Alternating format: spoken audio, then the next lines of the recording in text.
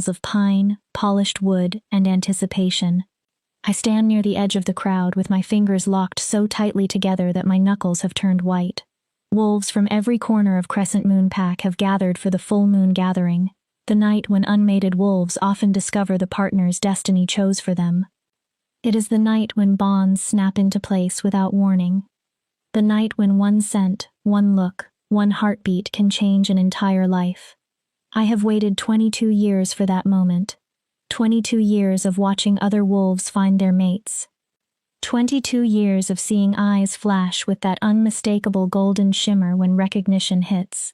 22 years of watching the beautiful, overwhelming violence of two souls suddenly realizing they belong together. And 22 years of being the beta's daughter who still had no mate. At first, no one cared. Then the whispers began. Then came the concerned glances from elders, the murmured questions, the speculation that perhaps something was wrong with me. My wolf has been especially restless for weeks. She paces beneath my skin, as though she knows something I do not. As though she has been waiting for this exact night, this exact place, this exact moment. "You're going to wear a hole through the floor," May whispers beside me. My younger sister found her mate last year. Thomas is a kind warrior, and right now he stands behind her, with one arm wrapped around her waist, looking at her as if she personally placed the moon in the sky. Once, watching them together made jealousy twist through me. Tonight I mostly feel empty. "I can't help it," I whisper, scanning the room again. She won't settle. I have never given my wolf a separate name. She has always felt too much like me for that. But tonight she is almost clawing her way toward the surface, and her attention is fixed on the opposite side of the hall, on the ranked wolves, alphas, betas, elite warriors. Then I smell it. Pine, midnight rain, cedarwood, and something wild underneath it. My wolf surges so violently that I stumble. The scent curls around me like smoke, like a drug entering my bloodstream. Suddenly the voices around me fade. I cannot think. I cannot breathe properly. I can only follow. "Lyra?" May sounds distant, concerned, but I am already moving. People step aside as I cross the hall, though I barely register them. My entire world has narrowed to that scent, and the strange golden thread I can suddenly feel stretching from somewhere beneath my ribs toward someone across the room. The mate bond.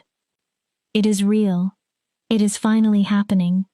After all those years wondering whether I was somehow broken, wondering whether the moon goddess had forgotten me, I see him. Callum Thorne. Alpha Dominic's nephew, future head warrior. Tall, broad, dark-haired, with amber eyes and a hard jaw that always made half the unmated she-wolves in the pack stare when he passed. He is laughing with several warriors. He has no idea his life is about to change. No idea mine already has. Mate. My wolf whispers the word with reverence, with relief, with certainty. I move toward him as if I am dreaming. Every step makes the bond brighter, stronger. So tangible I almost believe I could reach between us and touch it. He is going to turn around. He will smell me. Recognition will hit him. His eyes will find mine. He will smile the way I have seen him smile at other women, except this time it will belong to me. Only me. Forever.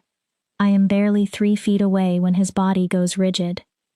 His head turns sharply. Amber eyes lock onto mine. They widen. I watch recognition hit him. His nostrils flare as my scent reaches him. Then gold floods his irises.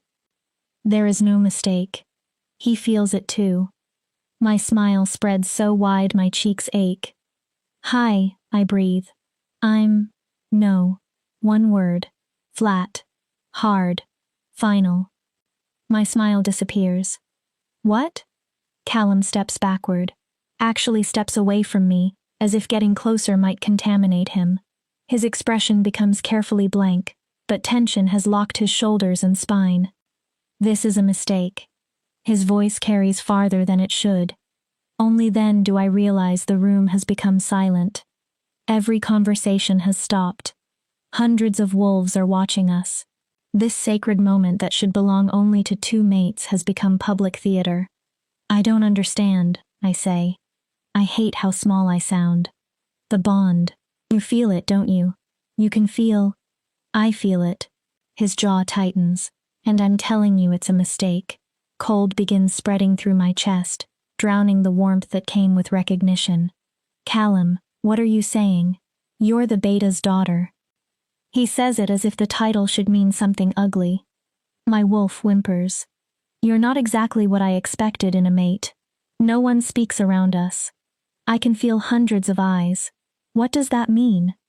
My voice trembles. What did you expect? His gaze moves over me. For one desperate second, I hope to see desire. Instead, I see calculation, judgment, disappointment. Someone stronger, he answers. Someone capable of standing beside the future head warrior. Someone who can give me powerful heirs. I am the beta's daughter. I can hear the desperation entering my voice. My bloodline is strong. I can. Your wolf is barely delta rank. The words strike harder than fists. Everyone knows it. You hardly ever shift in front of the pack because you're ashamed of how small she is. How weak she is. It is true. That is what makes it hurt. My wolf has always been small. Shifting has always been difficult. I learned years ago to avoid doing it publicly because the laughter, pity, and whispers became unbearable. But hearing those things from strangers is one thing. Hearing them from the man destiny chose for me destroys something inside me. That shouldn't matter, I say. I reach toward him. The moon goddess chose us. There has to be a reason. The moon goddess makes mistakes. He moves away from my hand, and I won't tie the rest of my life to one of them. My chest becomes colder. My wolf begins howling inside me. Only I can hear it. Only I feel her pain. Please. I no longer care that everyone is watching. Please, Callum, don't do this. Give the bond a chance. Give me a chance to. He straightens, and somehow I know what is coming before he says it. No. His amber eyes harden. I, Callum Thorne, reject you, Lyra Winterborn, as my mate and my equal. The golden thread does not simply break. It tears, shreds, burns its way out of me. It feels as if someone has reached into my chest, wrapped a hand around something vital, and ripped it free. Something I did not even know I needed to survive until it vanished. A broken, animal sound leaves my throat. Pain detonates through every nerve in my body. My soul feels as though it is being split open. Wave after wave tears through me until my knees hit the ceremony hall floor. I do not remember falling. Voices erupt around me. Someone help her. Moon goddess, what was he thinking? She looks like she's dying. Maybe I am. Maybe this is death. Lyra. May drops beside me. Her hands grip my shoulders. Lyra, breathe. You have to breathe. I cannot. I can only shake, hurt, feel the empty space where the bond existed only moments ago. Something sacred was given to me and torn away before I even understood what having it meant. Someone is sobbing. High, desperate sounds echo against the vaulted ceiling. It takes far too long to realize they are coming from me. Get her out of here. My father's voice cuts through the chaos. The beta. Furious. Heartbroken. Take her home. Now. Hands lift me. The world dissolves into blurred shapes and meaningless colors. For one brief instant, I see Callum. He has not moved. His face is pale but determined.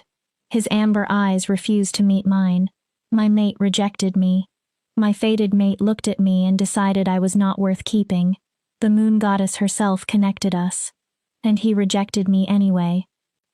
The last thing I see before darkness takes me is the full moon through the ceremony hall windows. Perfectly round. Perfectly bright. Completely indifferent. So much for goddesses.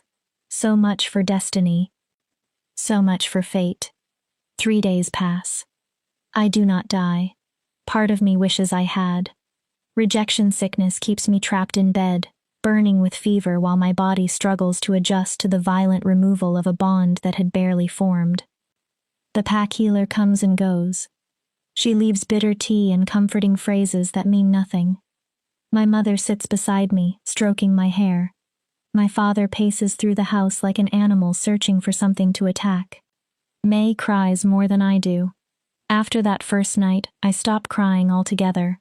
There is nothing left inside me that feels capable of tears. On the fourth day, I force myself out of bed. My legs tremble. My body feels weak.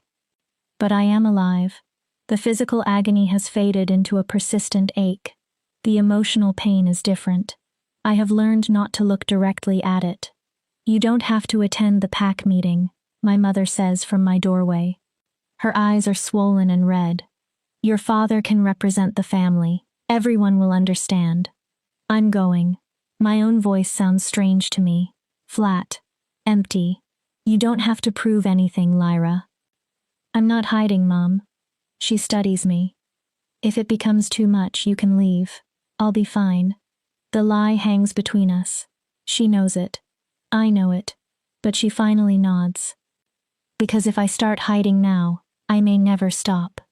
If Callum's rejection makes me smaller than I already felt, then he wins. Everyone who whispered about my weak wolf wins.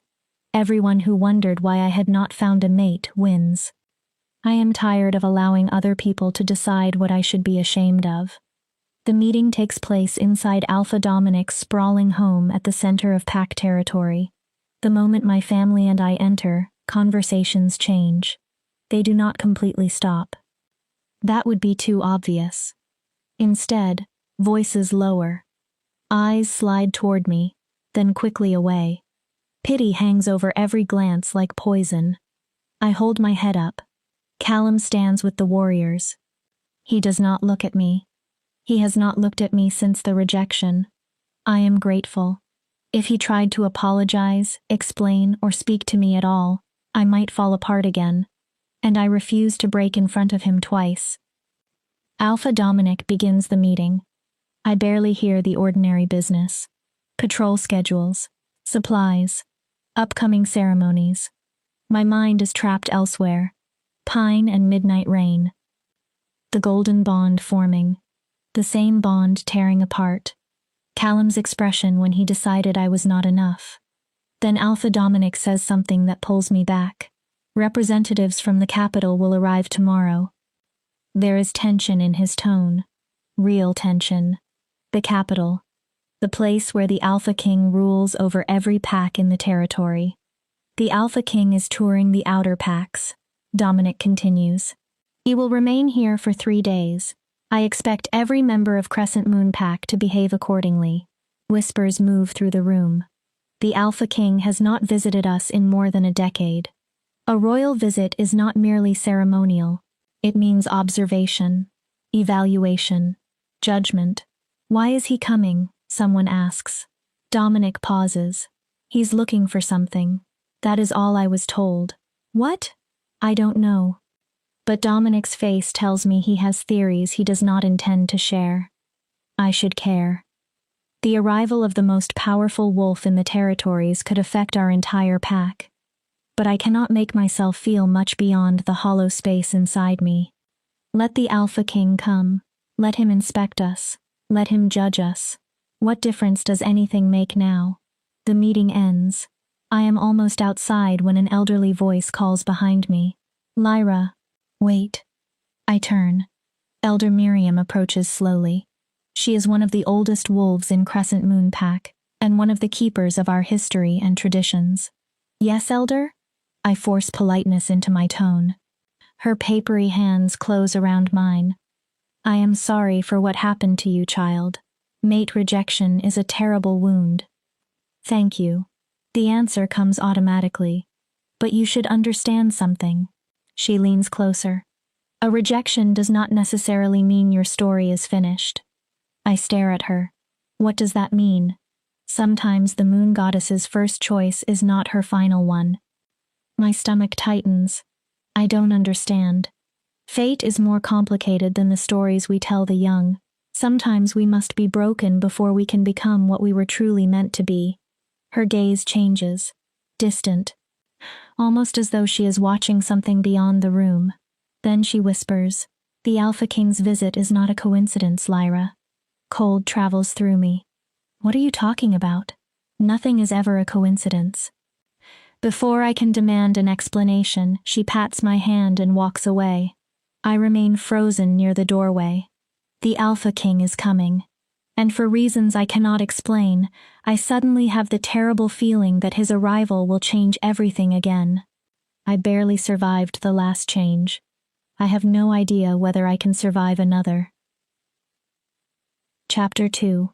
The Alpha King arrives. The Alpha King reaches Crescent Moon Pack at dawn. I am in the training yard when the announcement howl travels across the territory. Every wolf stops. The power inside that single sound is unlike anything I have felt before. Heads turn toward the eastern road almost in unison. This is not ordinary alpha dominance. It is something deeper, older, heavier. Since Callum rejected me, I have come to the training yard every morning, not to train with the others. I abandoned that humiliation years ago. I come here to run, to push my body until my lungs burn badly enough that I cannot think. When I am moving, there is only breathing. One step, another. Survive the next second. It is the only time I do not feel as if I am drowning. But when that howl reaches me, even my wolf reacts.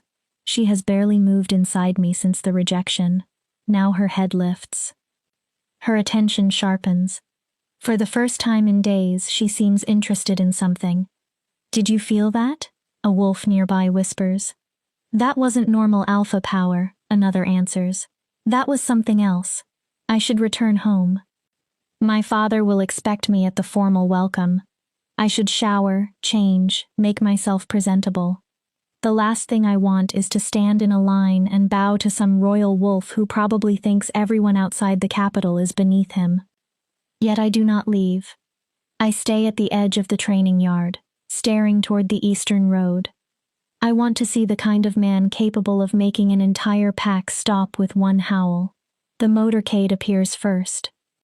Black SUVs with dark windows move in perfectly controlled formation.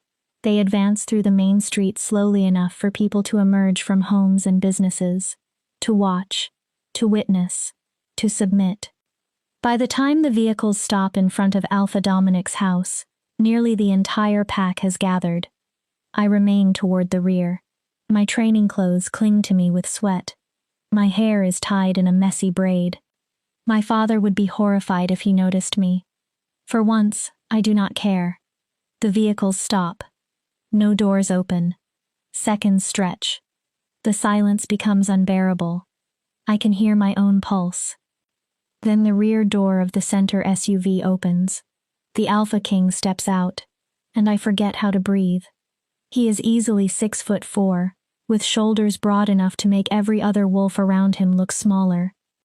His hair is nearly black, trimmed shorter at the sides and longer on top. Silver already touches his temples. He wears black tactical pants, heavy boots, and a fitted black shirt. But his body is not what holds my attention. His face does. Sharp cheekbones, a hard jaw, a mouth that looks as if smiling is something he rarely bothers with. And his eyes. Even from the edge of the crowd I can see them. Not gold. Not amber. Something between the two. They seem to glow from within. Wolf eyes in human form. He surveys the pack. Wherever those eyes land, wolves instinctively lower their heads and expose their throats. No command is needed. Alpha Dominic steps forward. Our Alpha is powerful. I have known that my entire life. Beside this man, he suddenly looks ordinary. Alpha King Damon. Dominic bows his head. "Welcome to Crescent Moon Pack. We are honored by your presence." Damon. So that is his name. The Alpha King inclines his head once. The gesture manages to be both acknowledgement and dismissal. "Alpha Dominic, thank you for receiving us." His voice is low, resonant, edged with roughness. A voice built for command. A voice that expects to be obeyed. Dominic gestures toward the house. We've prepared quarters for you and your men. If there is anything you require, I'll tell you. Daemon's attention continues moving over the crowd. He is searching, not casually observing, searching. Then his gaze reaches me. Everything stops. I know what a mate bond feels like. I know the golden pull, the rush of recognition, the overwhelming certainty. This is not that. But something happens. A different kind of recognition. A sensation like a lock turning somewhere deep inside me. His strange glowing eyes remain fixed on mine. He does not blink, does not look away. For one impossible moment, it feels as if the hundreds of wolves between us have vanished. My wolf, silent and miserable since Callum's rejection, suddenly rises. She does not cry, mate. She does something stranger. She bows. Not from fear, not quite from submission, recognition, respect. I do not understand. And before I can, Daemon starts walking toward me. The crowd breaks apart instantly. Wolves move out of his path without being asked. Dominic calls after him, but Daemon ignores him. Those glowing eyes remain on me. My heartbeat accelerates with every step. He is going to pass me. He must be looking at someone behind me. Why would the Alpha King care about a rejected woman whose wolf can barely shift properly? He stops directly in front of me. Up close, his presence is overwhelming. His scent reaches me. Winter frost, ancient forest, smoke, something untamed beneath all of it. My mouth goes dry. You, one word. It lands with the weight of a brand. I stare at him. What is your name? His voice is quieter now, clearly meant for me, but the command remains inside it. Lyra. I hate myself for stammering. Lyra Winterborn. Something flickers in his eyes. Winterborn, the Beta's daughter. How does he know that? Yes. He takes a small step closer. The power of his wolf presses against mine. Strangely, it does not feel threatening. It feels as though he is studying me from the inside. You were rejected recently. It is not a question. The words strike me like a slap. Can he smell the broken bond? The rejection sickness? The shame? Yes. Who? That isn't. I swallow. It doesn't matter. It matters to me. Why? The question screams inside my head. Why would the Alpha King care who rejected an insignificant woman from an outer pack? Callum Thorne, I say quietly. Alpha Dominic's nephew. Something dangerous enters Daemon's eyes. His face barely changes, but the air around us seems to cool. Every instinct I possess suddenly becomes alert. Show me. I blink. Show you what? Your wolf. Horror floods me. I can't. My face burns. I'm not. That was not a request. Power enters his voice. An Alpha King's command is not like a normal Alpha order. Something ancient and instinctive inside our species responds before thought can interfere. My wolf surges forward. The shift begins. Bones crack and reshape. Muscle tears and rebuilds. It hurts. It always hurts. Then I am standing on 4 legs among the remains of my clothes. Humiliation consumes me. I know exactly what everyone sees. A small brown she-wolf, barely larger than a human German shepherd. Nothing impressive. Nothing powerful. Delta rank at best. Perhaps lower. The Wolf Crescent Moon Pack has whispered about for years. The crowd says nothing. Silence can be worse than laughter. I can feel their pity, their embarrassment for me. Somewhere nearby, Callum must be watching, probably believing his rejection has just been justified in front of the Alpha King himself. Daemon does not laugh. He does not look disappointed. He slowly circles me. Studying, assessing. His expression is impossible to read. I want the earth to open and swallow me. Shift back. I obey. A blanket is thrown toward me, and I wrap it around my naked body. I stare at the ground. Your wolf is small, Daemon says. I flinch. Then he adds, but she is not weak. My head snaps up. What? Delta rank, perhaps. He tilts his head. Not because she lacks power. I stare at him. Then why? Suppression. The word means nothing to me. I don't understand. Something is holding her back. His gaze sharpens. Trauma, perhaps. A curse. He pauses. Possibly both. A curse? The idea sounds absurd. No one in my pack practices that kind of magic. Are you certain? Yes. His eyes narrow. Tell me, Lyra Winterborn, how long have you felt as though your wolf is locked somewhere you cannot quite reach? My entire life. The answer appears immediately. But saying it would make this real. Wolves don't just get cursed. Don't they? Daemon turns toward Alpha Dominic. I need to speak with her privately. Dominic stiffens. Your Majesty, perhaps it would be more appropriate if... I wasn't asking for approval. Daemon's tone becomes quiet. Dangerously quiet. I'm informing you what will happen. Every wolf nearby freezes. Lyra Winterborn will meet me in the quarters you prepared. 1 hour. Alone. The command rolls through the pack. My father steps forward despite it. His beta instincts are fighting his instincts as my father. Your Majesty, my daughter has suffered significant trauma. Perhaps she should be given time to recover before... 1 hour. This time Daemon's command carries enough power that even my father instinctively bares his neck. Then Daemon looks at me again. Something in his expression softens. Barely. Just enough for me to notice there is something beneath the dominance. Something almost gentle. Don't be afraid. His voice lowers. I'm not going to hurt you. Then why does it feel as if I am standing at the edge of another cliff? Why does it feel as if the Alpha King is about to push me into a life I cannot see? He walks away. His men fall into formation around him.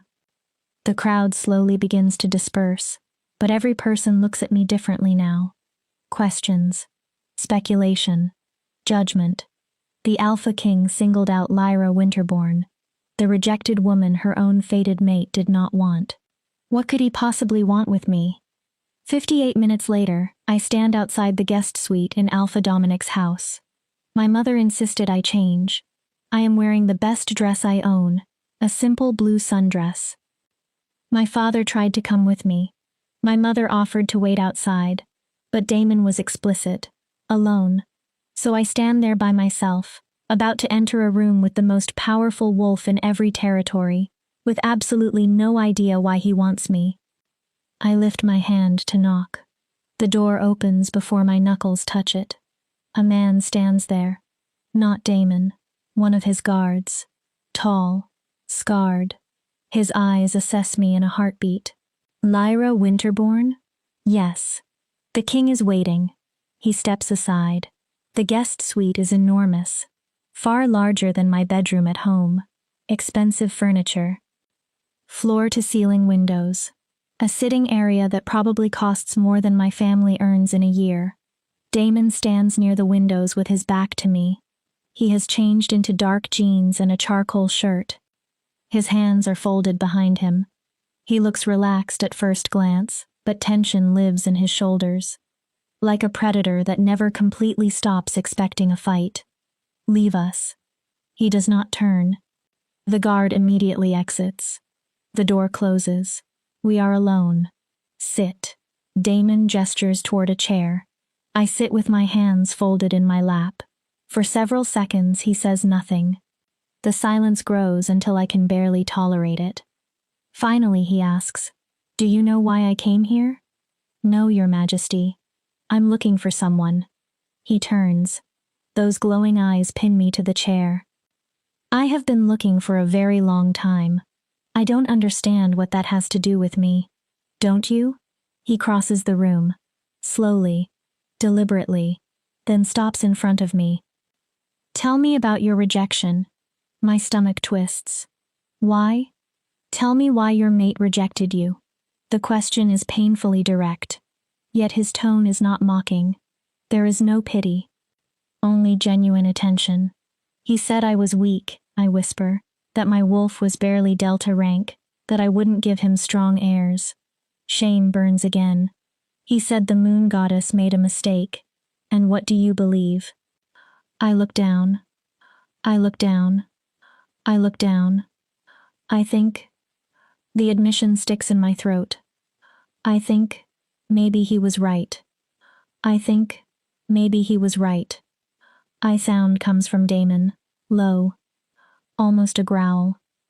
He was wrong. You don't know that. I know enough. He crouches until we are eye level. This close, I can see tiny silver flecks inside the strange color of his eyes. I know you've been suppressed almost your entire life. My breath catches.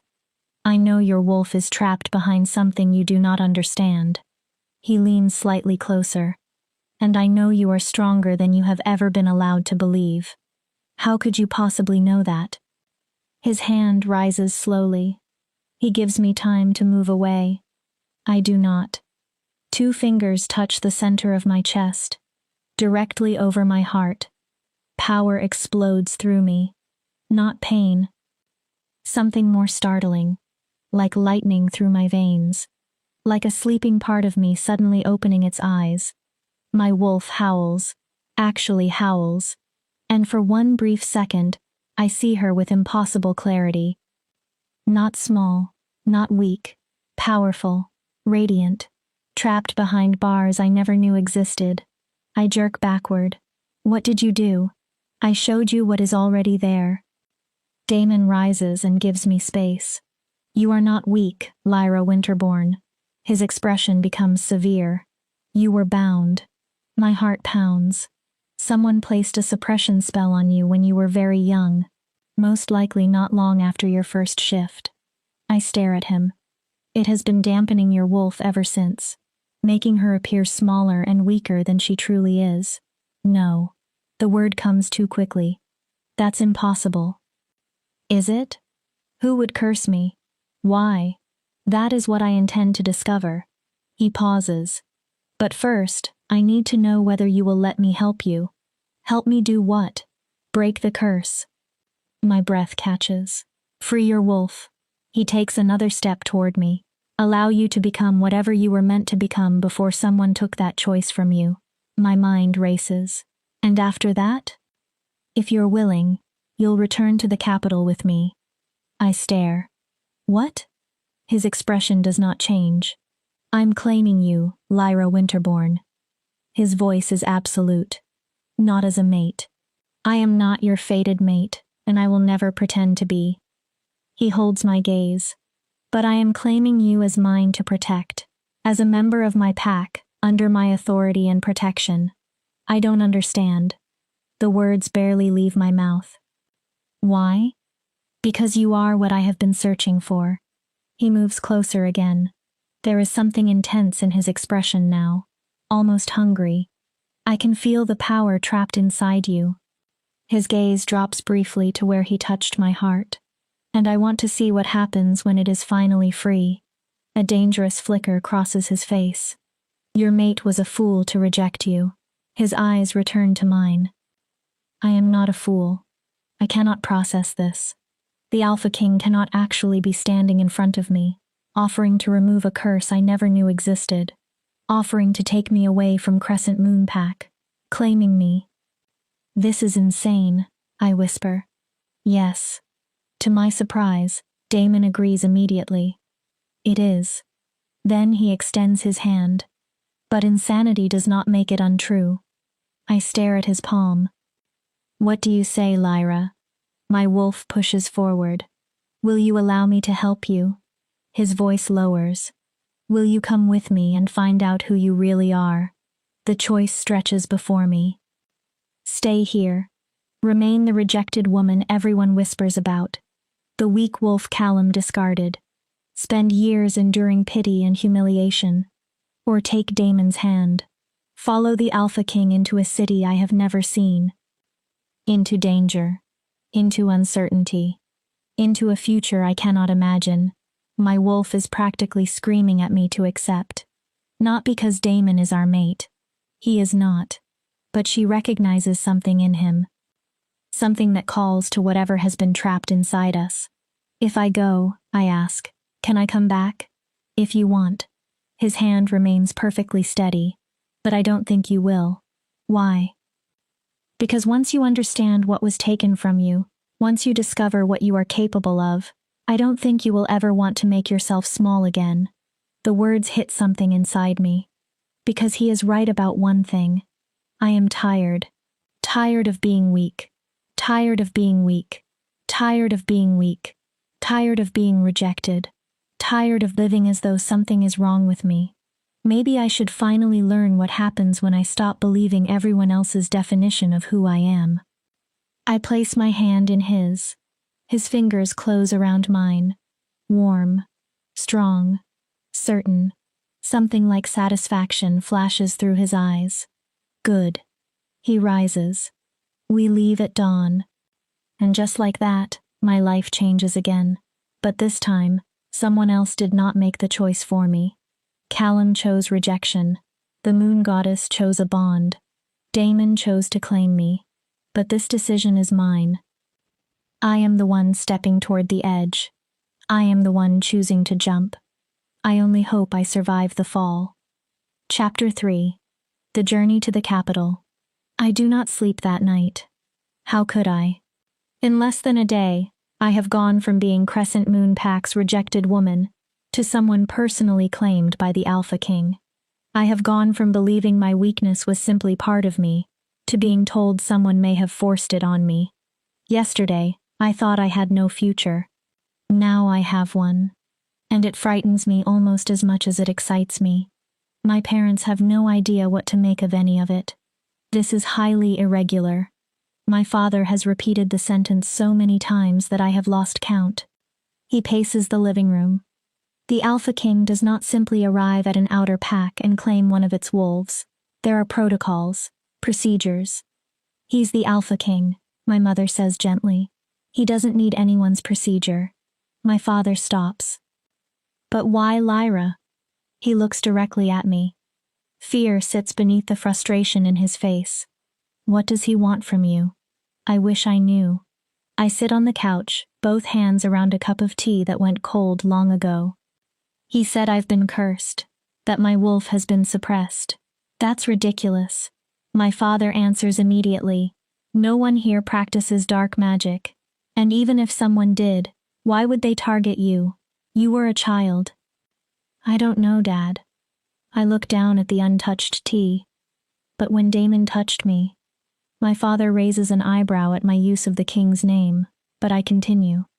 I felt her, my wolf, not the way I usually feel her. I search for words. She was bigger, stronger, like something was between us. My mother sits beside me and takes my hand. Are you absolutely sure you want to do this? Her thumb rubs over my fingers. You do not have to leave with him. You belong to Crescent Moon Pack. You belong to this family. We can protect you, my father says. Can they? Could anyone protect me from Damon if he truly decided he wanted something? But that is not even the question bothering me. The real question is whether I want protection from him. I want to go. The words surprise even me. But once I say them, I know they are true. I need to understand this. I need to know why I have always felt like my wolf was somewhere I couldn't reach. My throat tightens. And I inhale. I want to stop being the weak one. My voice shakes. The rejected one. I want to know who I am without all of that. You have never been weak. May's voice comes from the doorway. I did not hear her arrive. She crosses the room quickly. You're the strongest person I know. You have to say that. You're my sister. I say it because it's true. She kneels in front of me. Her eyes shine with unshed tears.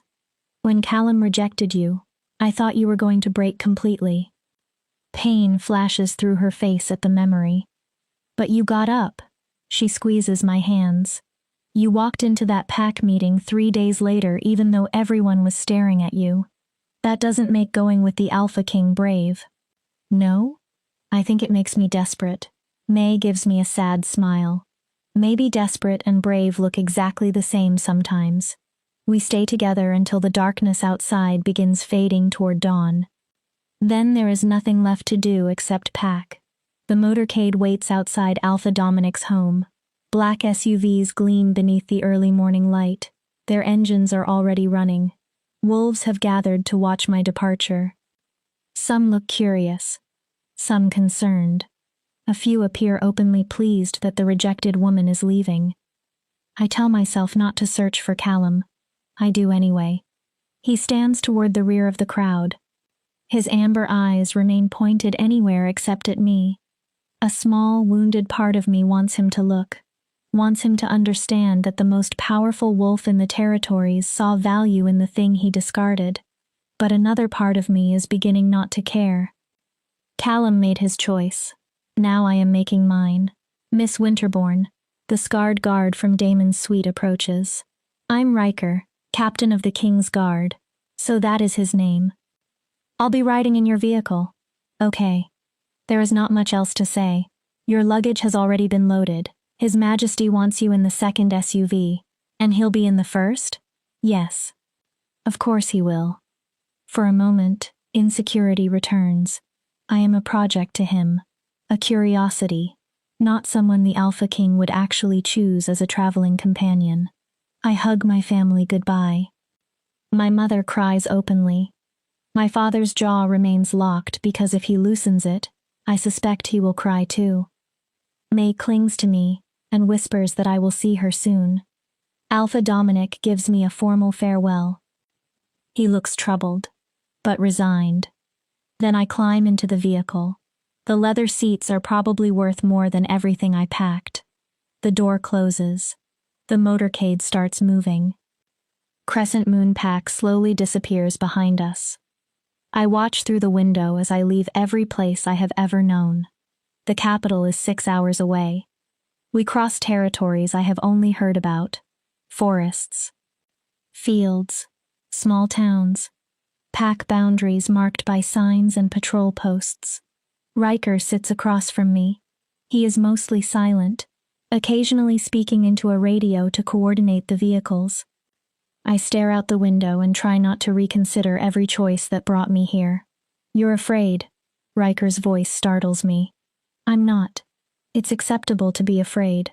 He leans back. Most wolves would be terrified. I look at him. The king isn't exactly easy to understand. That makes me curious despite myself. What is he really like? Riker studies me. The real version, not the Alpha King everyone sees. He thinks before answering. Complicated. Not very helpful. Fair. He continues. But ruthless when he needs to be. His gaze moves toward the road. He expects absolute loyalty. He gives the same loyalty in return. You respect him. He's the best leader I've served. Then his expression shifts slightly. But he is damaged in ways most people never see. Damaged how? That is not my story to tell. He looks back at me. But I will tell you this. The king never acts without a reason. The statement sits heavily.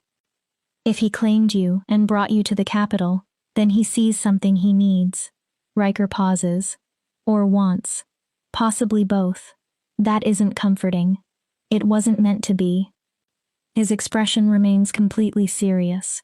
It was meant to be honest. He folds his arms. The king values honesty more than almost anything. Almost? Remember this if you plan to survive around him. Riker's eyes harden. Never lie to Damon. Tell him an ugly truth before you tell him a comforting lie. Why? Because he can forgive truth. Riker looks away. Lies are what make him dangerous. I store the warning carefully. It joins the growing collection of things I need to understand about the man who turned my life upside down. We stop once for fuel and food. Through the window, I watch Damon step from the first SUV. Guards immediately surround him. He moves with the same controlled, predatory grace I noticed yesterday. Every person at the rest area looks. Damon does not glance toward my vehicle. I tell myself I am relieved. I know I am lying. By the time we approach the capital, the sun is sinking. Orange and gold spread across the horizon. Eclipse City rises ahead of us. For several seconds, I can only stare. Glass towers catch the dying sunlight beside old stone buildings that look centuries old. A massive wall encircles everything, beautiful, intimidating, protective, and perhaps a little like a cage. Eclipse City, Riker says, heart of the Alpha King's territory. Guards at the gates straighten the instant our motorcade appears. Inside the walls, broad streets run between shops, restaurants, residences, offices, and crowded walkways. Yet wherever the vehicles pass, everything slows. People stop walking. Conversations end. Wolves turn toward us. Some lower their heads. Others press a hand over the heart in respect. This is different from Crescent Moon Pack. Those wolves did not merely obey Damon. These people seem to revere him. Real power, I realize, is not only strength. It is devotion. The motorcade continues, until we reach something I can only call a palace. White stone, dark glass, manicured gardens, layers of guards. The building seems ancient and modern at once. A physical reflection of the man inside the lead vehicle. We stop in a circular drive. Riker opens my door. This way, Miss Winterbourne. My legs feel unsteady as I step out. Damon is already moving toward the entrance. Several guards flank him. Every wolf nearby seems aware of him. Lyra. His voice cuts through everything. I jump. He has stopped at the entrance and turned toward me. Keep up. There is no cruelty in the words. Just expectation. I hurry forward. Riker follows beside me. Inside, the palace is even more overwhelming. High ceilings. Marble floors. Artwork that could probably fund Crescent Moon Pack for years. Wolves in formal clothes move through enormous corridors. Every person stops to bow when Damon passes. He barely acknowledges them. He knows exactly where he is going. Eventually, we reach a quieter private wing. Damon opens a door. The room beyond makes the royal guest suite back home look tiny. These are yours. I step inside. Mine? You'll stay here while we work on your curse. This is... I stare at the huge bedroom, sitting area, and bathroom beyond. The bathtub looks almost large enough to swim in. This is too much. You're under my protection. Damon's tone leaves no room for argument. You'll be housed accordingly. He turns to go. Dinner is at 8. Someone will collect you. Wait. He stops. I do not know where the courage comes from. Why are you really doing this? Damon looks back at me. For one brief instant, I see something in his expression I have not seen before. Loneliness. 10 years ago, I made someone a promise. His voice is quieter. I have spent every year since then looking for a way to keep it. His eyes hold mine. You may be that way. I don't understand. You will. He steps into the corridor. Rest, Lyra. Then he is gone. And once again I am left with far more questions than answers. Several hours later, a knock interrupts my pacing.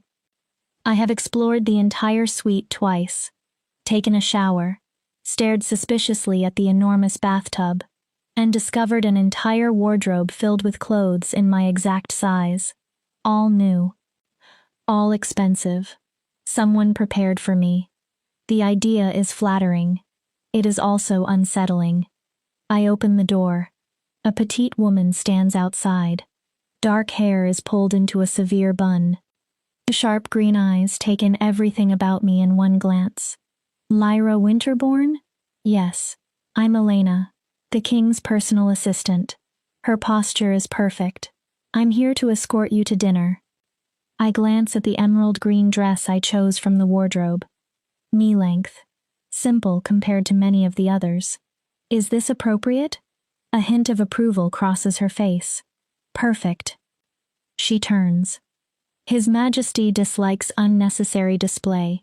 He values authenticity. That is not what I expected to hear about Damon. Elena guides me through enough hallways that I know I could never find my way back alone. Guards nod to her, then openly stare at me after we pass. We finally enter a dining room, smaller and more intimate than I expected. A table for two, candles, tall windows overlooking Eclipse City. Damon stands by the glass with his back to us. Your Majesty, Elena says. Miss Winterbourne is here. Thank you, Elena. She bows. That will be all. The door closes behind her. Damon turns. He is wearing dark slacks and a white shirt with the sleeves rolled to his elbows. Scars cross his forearms. His hair is damp. For the first time, he looks almost human. Almost. Sit. I obey. He takes the seat across from me. For a moment, neither of us speaks. Then he pours wine into 2 glasses. You don't need to fear me. He slides one toward me. Everyone fears you. The response escapes before I can reconsider it. Amusement touches his expression. True. He lifts his glass. But you don't have to. You keep saying you won't hurt me. I won't. Then what exactly are you going to do to me? Damon drinks before answering. I'm going to show you who you are. His gaze becomes serious. I'm going to break the curse suppressing your wolf. And afterward, I will ask you to help me. With what? All in time. A server appears with food, beautiful dishes. The smell reminds me I have barely eaten all day. We eat quietly for several minutes. To my surprise, silence with Damon is not uncomfortable. It is almost peaceful. Then he asks, "Tell me about your childhood." I set down my fork. Specifically? Your first shift. How old were you? 6. Young, but not unusually young. He nods. What do you remember? I search memories I have not examined in years. It hurt. I close my eyes briefly. The healer said it hurt more than a first shift should. What else? My wolf felt. I struggle for the right words. Wrong. His attention sharpens. Wrong how? Like she didn't fit inside my body. I open my eyes. Afterward, I couldn't shift again for almost a year. Did anyone investigate? The healer ran tests. I shrug. She said I was probably a late bloomer. Some wolves take longer to grow into their strength. But you didn't. No. The old shame returns. I stayed small. Weak. Damon's fork touches the plate with a sharp sound. You are not weak. There is anger in his voice. Not directed at me. You were suppressed. How are you so sure? Because I have seen this before. Everything in his face changes. 10 years ago, I found another wolf cursed with a suppression spell. My breathing slows. The curse was designed to trap their true power and make them appear weak. What happened? When I found them, the spell had been in place too long. His jaw tightens. It had woven itself too deeply into the wolf's essence. He looks toward the window. I tried to remove it. The unfinished sentence frightens me more than an answer. What happened, Damon? They died. The words are emotionless. His eyes are not. The curse had become part of them. Removing it destroyed both the wolf and the person. Cold fear crawls through my body. And you want to try that on me? No. He leans forward. I want you to understand that I will not repeat that mistake. His voice is firm. I have spent 10 years studying suppression magic. 10 years? Learning how it is built, how it binds, how to dismantle it safely. He meets my eyes. I have found 12 other wolves carrying variations of the same curse. My stomach tightens. And? I successfully freed 11. What happened to the 12th? They chose not to attempt it. His tone remains respectful. The curse had been with them for 40 years. They preferred living with reduced power over risking death. He pauses. I honored that decision. Then his eyes settle on me. And if you decide the same, I will honor yours. But you don't think I will. No. A hint of certainty enters his voice. I think you need to know who you really are. Goddess help me. He is right. Who curses a child? My voice is barely above a whisper. Who would do that? That is one of the questions we need answered. Damon sits back. Suppression curses are dark magic. They are difficult and expensive. His expression becomes thoughtful. No one casts one casually. So I was chosen deliberately. Yes. Why? I don't know. He watches me carefully. But whoever did this wanted to make certain you never reached your full potential. I'm nobody. The words come automatically. Just the beta's daughter in an outer pack. Damon's eyes glow brighter. That is precisely the question that brought me to Crescent Moon. I freeze. What? 6 months ago, information reached me that someone in Crescent Moon Pack had been cursed as a child. My pulse jumps. Someone whose true strength had been hidden. You came looking for me. Not for you specifically. He corrects me. I came looking for someone like you. Someone suppressed. Someone hidden. Someone made to look weak. The instant I saw you and felt your wolf, I knew I had found what I came for. I stare at him. What do you think I am? My voice trembles. What could possibly be inside me that was worth cursing? For the first time, Damon truly smiles. The change is startling. His face looks younger, less terrifying, almost beautiful. That, he says, is what we are going to discover. He lifts his glass. Tomorrow. What happens tomorrow? His smile fades into focused certainty. Tomorrow, I break your curse. Fear coils in my stomach. What if you do all that and nothing changes? What? What if the curse comes off and I'm still... I look down. Still me. Still weak. Damon's expression hardens. Not at me. At the idea. Then you remain under my protection. I look up. You still have a place in my pack and in this palace. He leans forward. This is not conditional on discovering some extraordinary power, Lyra. His voice softens. It is about freeing you from something another person forced onto you without consent. A tension I did not know I was carrying loosens in my chest. Okay. I pick up my wine. Tomorrow, we break it. Tomorrow, Damon agrees. He raises his glass. We set you free. The crystal touches with a quiet chime. I do not know what tomorrow will bring. I do not know whether I can survive having something so old torn out of me. I do not know what I will become if I do survive. But for the first time since Callum rejected me, something inside me feels dangerously close to hope. Maybe Damon is right.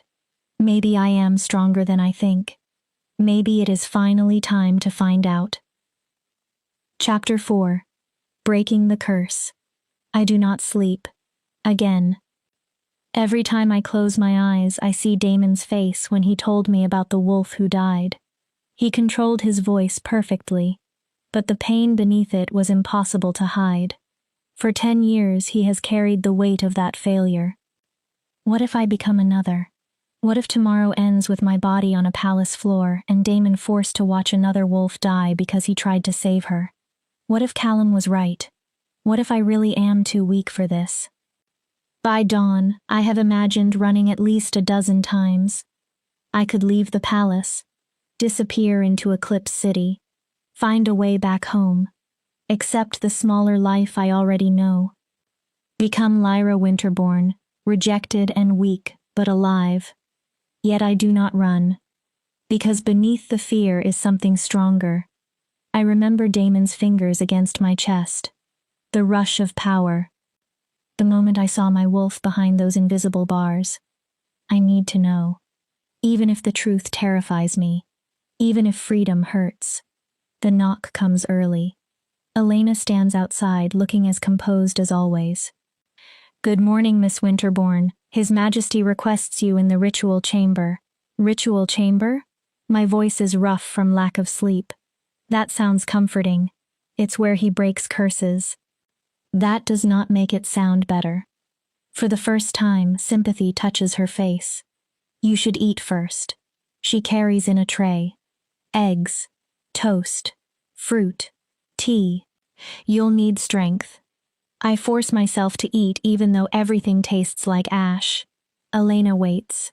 Have you watched him do this? I ask eventually. Break curses? Yes. 12 attempts, as he told you. I witnessed the last 8. And? It is unpleasant. Her answer is brutally simple. But he is exceptionally good. The one who died. I cannot finish. That happened before I served him. Elena pours more tea. But I know what it did to him. Her green eyes meet mine. He will not allow it to happen again. There is absolute certainty in her voice. Damon would die himself before willingly losing another wolf under his protection. It should comfort me. Instead, it creates another pressure. Now I need to survive for myself. And because he does not deserve to carry another ghost. When I cannot force down another bite, Elena takes me deeper into the palace. Down staircases I never noticed. The architecture gradually changes. Polished marble gives way to ancient stone. Modern hallways narrow.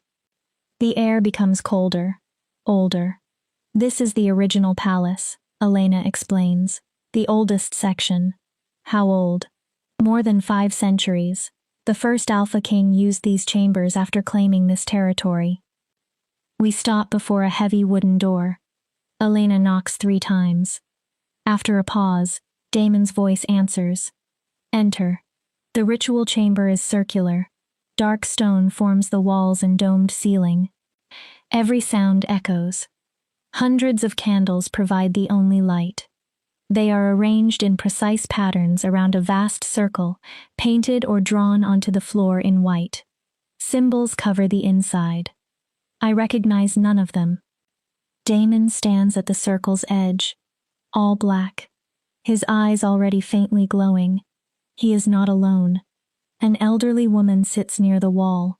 She is so old I am almost afraid a strong breeze might break her. Pure white hair, a face covered in deep lines, but her eyes are clear, sharp, knowing. Ah, her surprisingly strong voice fills the chamber. So this is the one. Damon gestures. Lyra, this is Grandmother Iris. He looks toward the old woman. She is the eldest witch in my pack. She'll assist us. Witch? Iris rises with far more grace than I expected. Half witch. She approaches. Half wolf. Her mouth twists in amusement. A useful combination when one spends one's life undoing other people's magical stupidity. She studies me. Not politely, thoroughly. Then she hums. Yes. I tense. What? I can see it. Her gaze narrows. The suppression. My skin prickles. It's woven through you like a parasite. That is a deeply unpleasant description. Iris laughs. Dry and soft. I like her, Damon. She has a spine. Damon. Hearing someone casually use the Alpha King's name makes him suddenly seem less like a title and more like a person. I look at Iris. Can you remove it? I can help him remove it. She points toward Damon. But understand this before you agree, child. All humor leaves her face. It will hurt. My stomach tightens. How badly? The curse has been inside you almost your entire life. Her eyes become grave. Removing it may feel as though pieces of your soul are being torn loose with it. How comforting. Iris chuckles again. Damon does not. Lyra, I turn toward him. I need you to understand exactly what we're about to do. I nod. Iris and I will enter a shared trance. He points toward the circle. We'll combine our power and use it to see the curse as it exists across your wolf's essence. Actually see it? Yes. Then what? We unravel it. His tone is calm. Slowly, carefully, one section at a time. How long? Several hours. How many? Possibly 6 or 7. My mouth goes dry. You'll remain conscious. Damon does not soften the truth. You'll feel the entire process. Iris folds her hands. At some point, you will probably ask us to stop. Damon nods. You may decide living with the curse is easier than enduring its removal. And if I tell you to stop, we stop. Immediately. No hesitation. This only works if you choose it. His gaze is intense. Your consent matters every second, Lyra. The moment you withdraw it, the ritual ends. No punishment? No? No disappointment? No. No consequences? None. I inhale slowly, and if I don't stop, Damon's eyes brighten. Then we free your wolf. My pulse accelerates. And finally find out who you really are. I stare at the circle, the candles, the symbols, the dark stone. Every instinct tells me to leave. Choose safety. Choose the familiar prison. But I am exhausted from safety. Exhausted from being small. What do I do? Relief flashes across Damon's face. Step into the circle. He gestures toward the center. Sit. Then his voice softens. And trust us. Trust. Such a small word for something terrifying. Yet somehow I do trust him. I step over the markings carefully and sit cross-legged. Cold stone presses through the thin shirt and leggings Elena chose for me. Damon and Iris sit on opposite sides. Together, the three of us form a triangle. Close your eyes, Iris instructs. I obey. Breathe. I slow my breathing. Find your wolf. I turn inward. Search. She is there, as always. Muted. Far away. Separated from me by what feels like thick glass. I will begin the chant, Iris says. Do not be frightened by the language. It is older than the packs. She begins. The words are unfamiliar. Flowing. Rhythmic. The air changes. Pressure gathers against my skin. Magic. I feel it before I understand it. Then Damon joins her. His deep voice moves beneath Iris's chant. The sound vibrates through my bones. Power builds. Higher. Heavier. Until the room feels saturated with it. Then the magic enters me. My eyes fly open. The ritual chamber is glowing. The symbols beneath us pulse with light. Every candle burns unnaturally bright. Silver-white energy surrounds Damon. Pure dominance.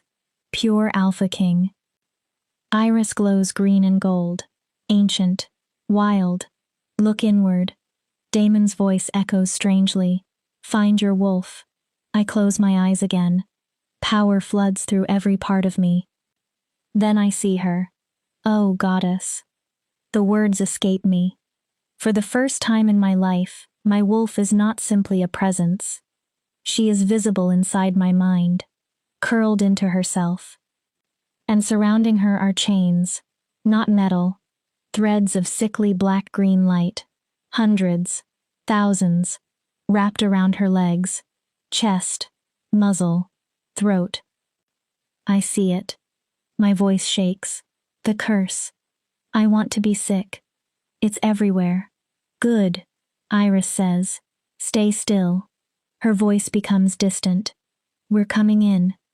Two distinct presences enter my mental space. Damon, Iris. Their awareness overlaps mine. They can see what I see. A curse leaves Damon's mouth. His reaction frightens me. Whoever built this knew exactly what they were doing. Iris studies the threads. Master-level work. Her mental presence circles the curse. Old too, 16 or 17 years at least. I swallow. It has had time to root. Can you remove it? My mental voice sounds like a frightened child. Yes. Damon moves closer. But Iris was right. His attention remains on the black-green threads. This is going to hurt. I'm ready. No. There is no cruelty in the answer. No one is ever ready for something like this. His presence settles beside mine. But we're here. He waits. You won't do it alone. Then they begin. The first strand comes free. Pain rips through me like a heated blade beneath my skin. My body jerks. A cry bursts from my throat. Breathe. Damon's voice anchors me. Lyra, breathe. The second thread hurts worse. The third makes me scream. By the 10th, tears are streaming down my face. Please. I gasp. It hurts. I know. Damon remains steady. I know. Another strand comes free. Look at your wolf. I force myself to focus through the agony. Where the curse has been removed, her fur is brighter. Her head is beginning to lift. Her eyes flutter open. She's waking up. The realization is barely a whisper. Yes, Iris says. Keep going. I almost laugh from relief. Then Iris adds, we're perhaps 1/10 finished. 1/10. Goddess. The next stretch is pure agony. They pull the curse apart strand by strand, layer by layer. I scream until my throat becomes raw. At different moments I beg, threaten, plead, promise things I will never remember. But Damon never disappears. Stay with me, Lyra. Another thread tears loose. You're doing well. Another. Don't give up. My wolf begins fighting too. The more chains they remove, the stronger she becomes. She pulls against those remaining. Her pain combines with mine. I can no longer tell where my agony ends and hers begins. Halfway, Iris eventually announces. The worst is behind us. She is lying. It gets worse, because now my wolf is awake enough to understand what was done to her. She feels the years she lost, the strength stolen from her. Her howl tears through my mind. Not fear anymore. Rage, grief, betrayal. Damon's presence wraps around us. Easy. His voice is gentle. Easy, little wolf. She snarls against the remaining threads. We're nearly there. Time loses meaning. Minutes could be hours. Hours could be minutes. There is only pain. There is only the slow unmaking of something another person built inside me. Then Iris says the words I have been desperate to hear. Last layer. Relief nearly destroys me. But she continues.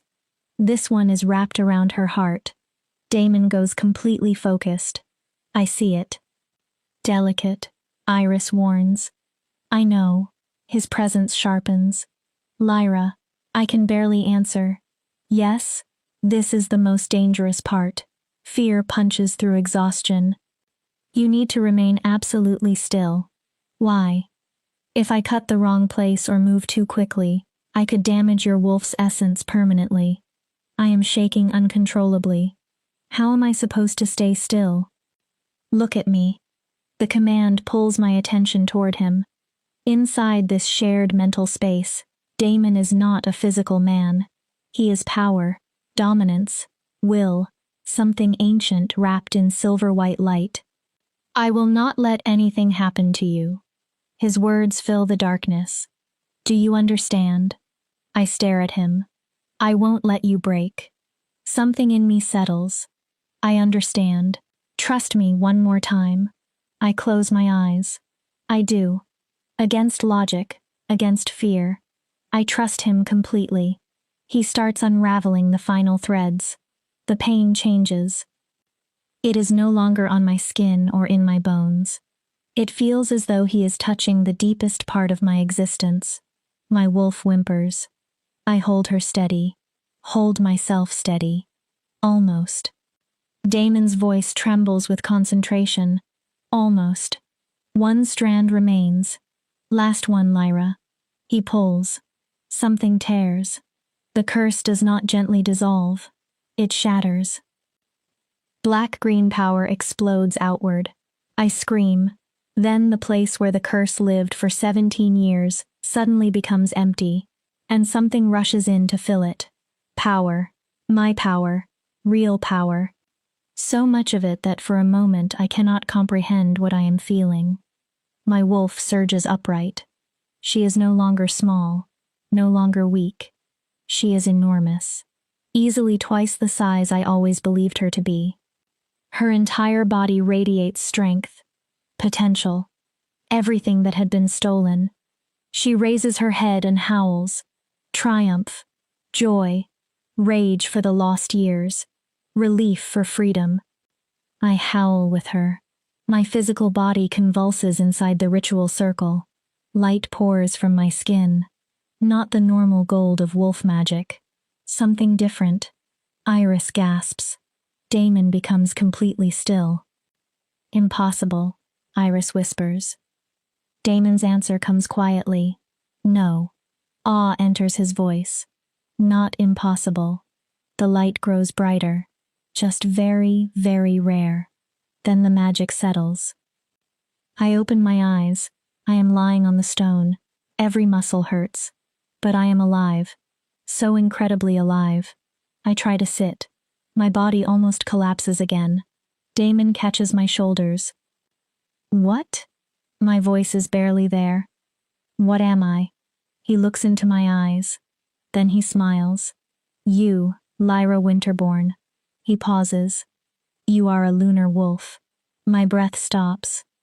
The first one born in more than 300 years. Chapter 5. Discovery of Power. A lunar wolf. The words feel foreign in my mouth. What does that even mean? Damon helps me sit upright.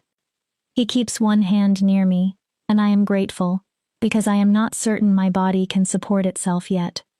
I feel emptied out, exhausted, and at the same time, something immense has awakened inside me. Iris approaches. Her ancient face is filled with wonder. It means you carry a blessing from the moon goddess herself. I stare at her. Lunar wolves are exceptionally rare. Their power exists outside the ordinary hierarchy. Outside alpha rank? Far outside it. Iris smiles faintly. There are things lunar wolves can do that even we do not fully understand. But I've always been weak. Because someone made sure you appeared weak, Damon says. His voice hardens instantly. Someone knew what you were. He looks furious. And they were determined to make sure you never discovered it. The implication settles over me. Someone saw me when I was 6. A child. And deliberately trapped my wolf. Yes, Damon says quietly, reading the realization on my face. We will find out who.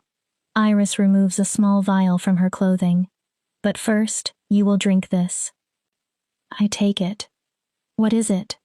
Something to stabilize your body. She points impatiently. You just had 17 years of curse magic ripped out of your essence. Your system needs help adjusting. I drink. The liquid tastes strangely sweet. Honey and something cool I can only imagine moonlight would taste like. Almost immediately, some of my shaking stops. What can lunar wolves actually do? I hand back the empty vial. What makes one dangerous enough that someone would curse a child? Damon and Iris exchange a glance. There is no single answer, Damon says. Each lunar wolf manifests different gifts. Iris begins counting them. Some heal through touch. Some see possibilities in the future. Some can read minds. She lifts a white eyebrow. Others can command wolves without regard for rank. And me? You'll discover that when the gifts emerge. How long? A few days, normally. Iris studies me. But your wolf has been suppressed so long that nothing about your awakening is necessarily normal. I close my eyes. My wolf is there.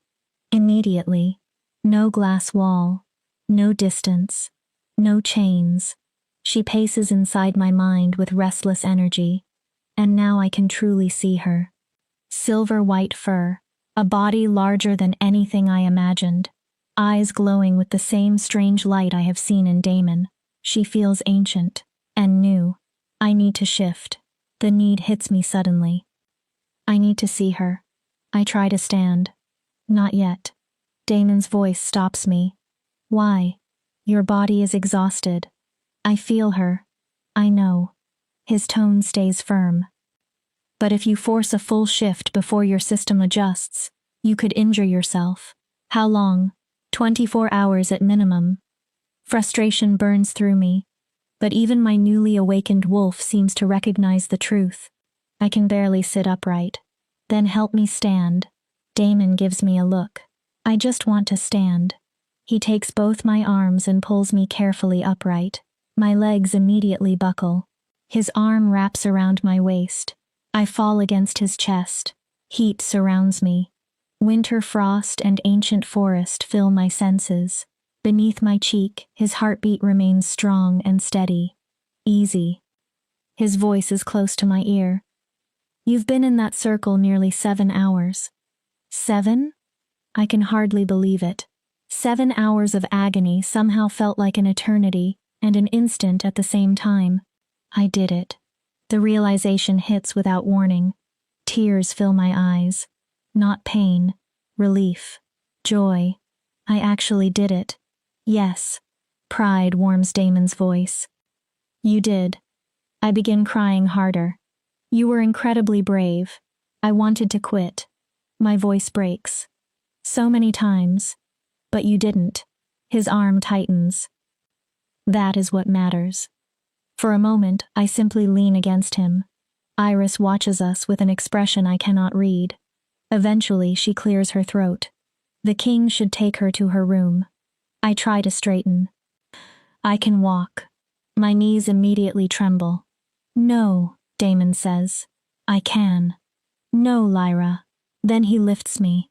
One arm beneath my knees, one behind my back. As though I weigh nothing. I should object. Insist he put me down. But I am too tired. Instead, I rest my head against his shoulder. Thank you. For what? All of it. My eyelids feel heavy. For not giving up on me. Daemon's answer is immediate. I would never give up on you. Something fierce enters his voice. You're too important. I want to ask what that means. Why am I important to him? Why would the Alpha King care this deeply about a woman he met only days ago? But exhaustion pulls me under. The last thing I remember is Daemon's heartbeat. And the strange, overwhelming certainty that I am safe in his arms. When I finally wake properly, 2 days have passed. Sunlight pours through the windows. The smell of real food reaches me. Not broth, not tea. Actual food. I sit up carefully. The bone-deep exhaustion is gone. In its place is energy, strength, vitality I have never felt before.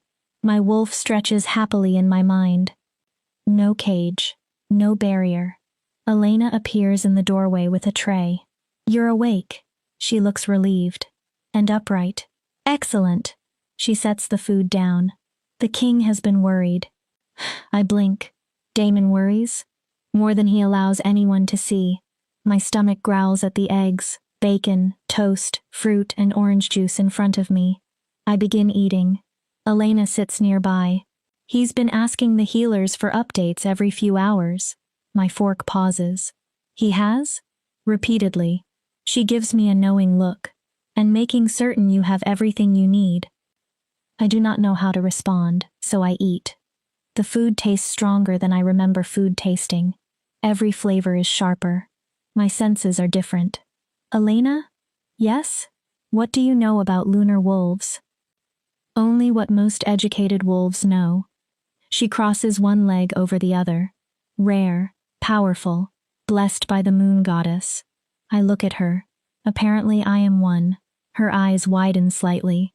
Then understanding appears. Ah, what? That explains the king. What about him? He has been, she considers the word, intense. That sounds ominous. Orders, messages, old records. She leans closer. He is trying to find whoever cursed you. Warmth unfurls unexpectedly in my chest. Daemon is not merely talking about justice. He is already searching. Someone stole 17 years of my life, and he is trying to find them. Can I see him? He is in his study. She rises. I'll inform him you are awake. Then she pauses. There is something you should know first. I wait. The king called a gathering for tonight. My stomach drops. What kind of gathering? The entire pack. Why? To announce you. Panic rises immediately. Announce what? What you are. I'm not ready. You will be. That is easy for you to say. Elena's expression softens. The pack needs to know you are under his protection. Why? Because visibility can also keep you safe. Safe from what? But she is already heading toward the door. We'll discuss it later. Eat. She leaves. I finish quickly and go to the bathroom, then stop in front of the mirror. For a second, I do not recognize myself. My hair is still brown, but a silver streak now begins near one temple and runs through the length.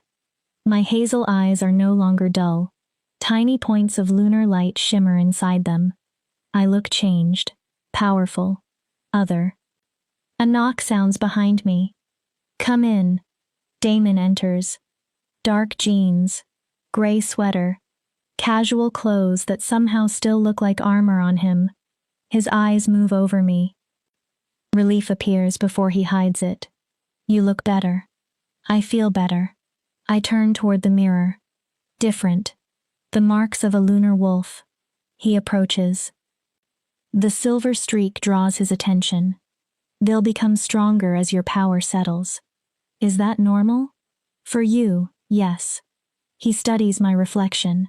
Lunar wolves exist between human and wolf in ways ordinary wolves do not. He reaches toward my hair, stops, then gently touches the silver streak. It's beautiful. Heat rises into my face. I change the subject immediately. Elena said you're investigating. His hand drops. I am. You found anything? I contacted every witch and magical practitioner with enough knowledge to recognize a curse of this complexity. His expression darkens. Only 3 names fit. My heart begins beating faster. 3? 2 are dead. And the 3rd? Disappeared 17 years ago. The room seems to tilt. What was her name?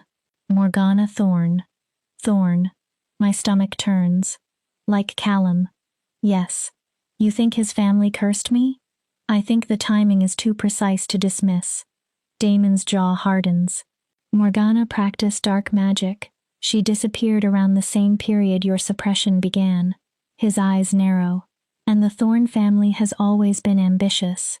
My wolf growls inside me. If they knew what I was, they may have had a reason to fear what you could become. They made me weak. Rage rises. They made me believe I was worthless. Power crackles around my body.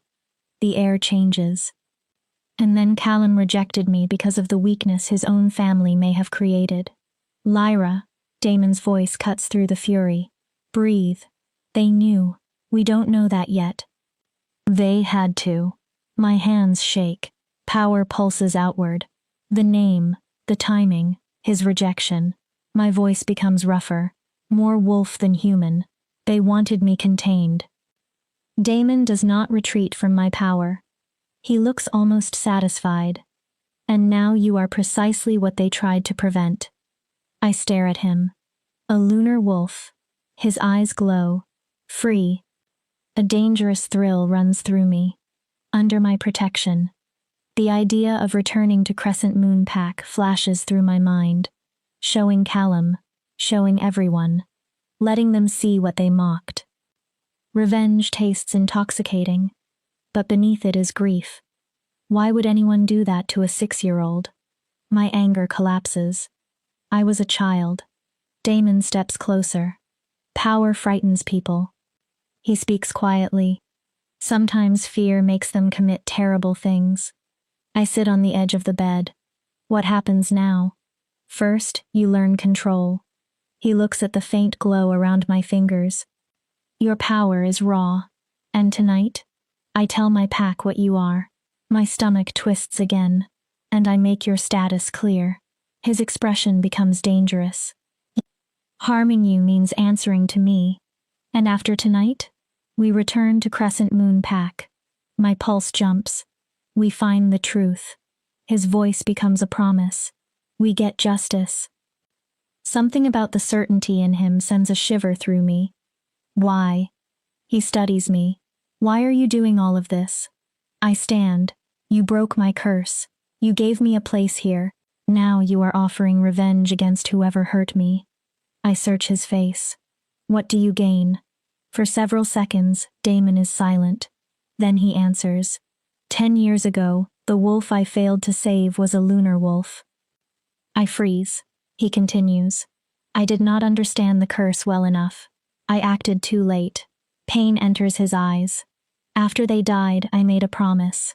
What promise? If I ever found another lunar wolf, I would do everything in my power to protect them. His voice is steady. To give them the life the first one never had. So that's all this is? It began that way. My heart does something strange. And now? Damon looks directly at me. Now you are more than a promise. I forget to breathe. You're brave. He continues before I can respond. Resilient, stronger than you understand. His eyes soften. And what happened to you was wrong. You deserve justice whether you are a lunar wolf or not. Something tightens in my chest. I don't know how to be powerful. The admission comes quietly. I spent 17 years thinking I was weak. Damon extends his hand. You'll learn. I look at it. I'll teach you. His palm remains open. We'll figure it out together. I place my hand in his. Together. His fingers close around mine. That strange connection returns. Not a mate bond. Nothing forced by destiny. Something chosen. Perhaps that is why it feels so different. Rest, Damon tells me. Tonight will be overwhelming. He releases my hand reluctantly. The entire pack will want to see you. Will you stay? The question escapes before I can stop it. He turns back.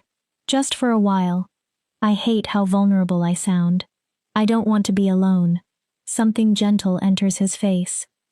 Of course. He sits in the chair beside my bed. We do not need to speak. His presence is enough.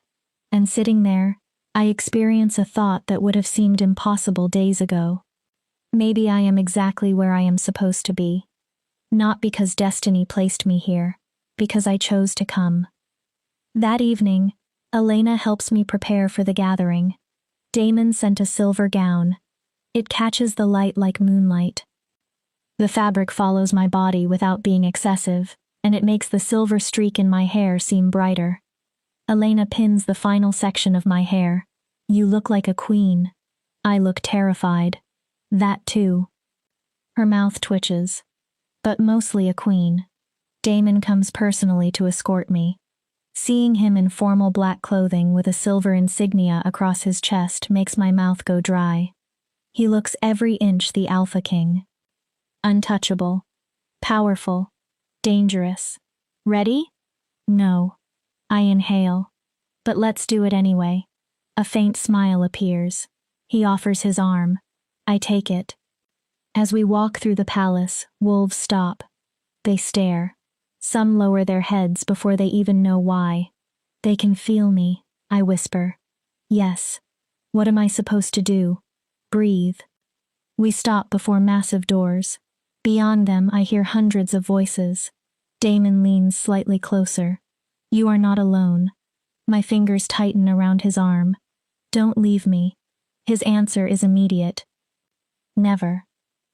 The doors open. The voices stop. And beside the Alpha King, I step into my new life. Chapter 6. The Gathering and the Challenge. Nearly 1,000 wolves fall silent. The Great Hall is enormous.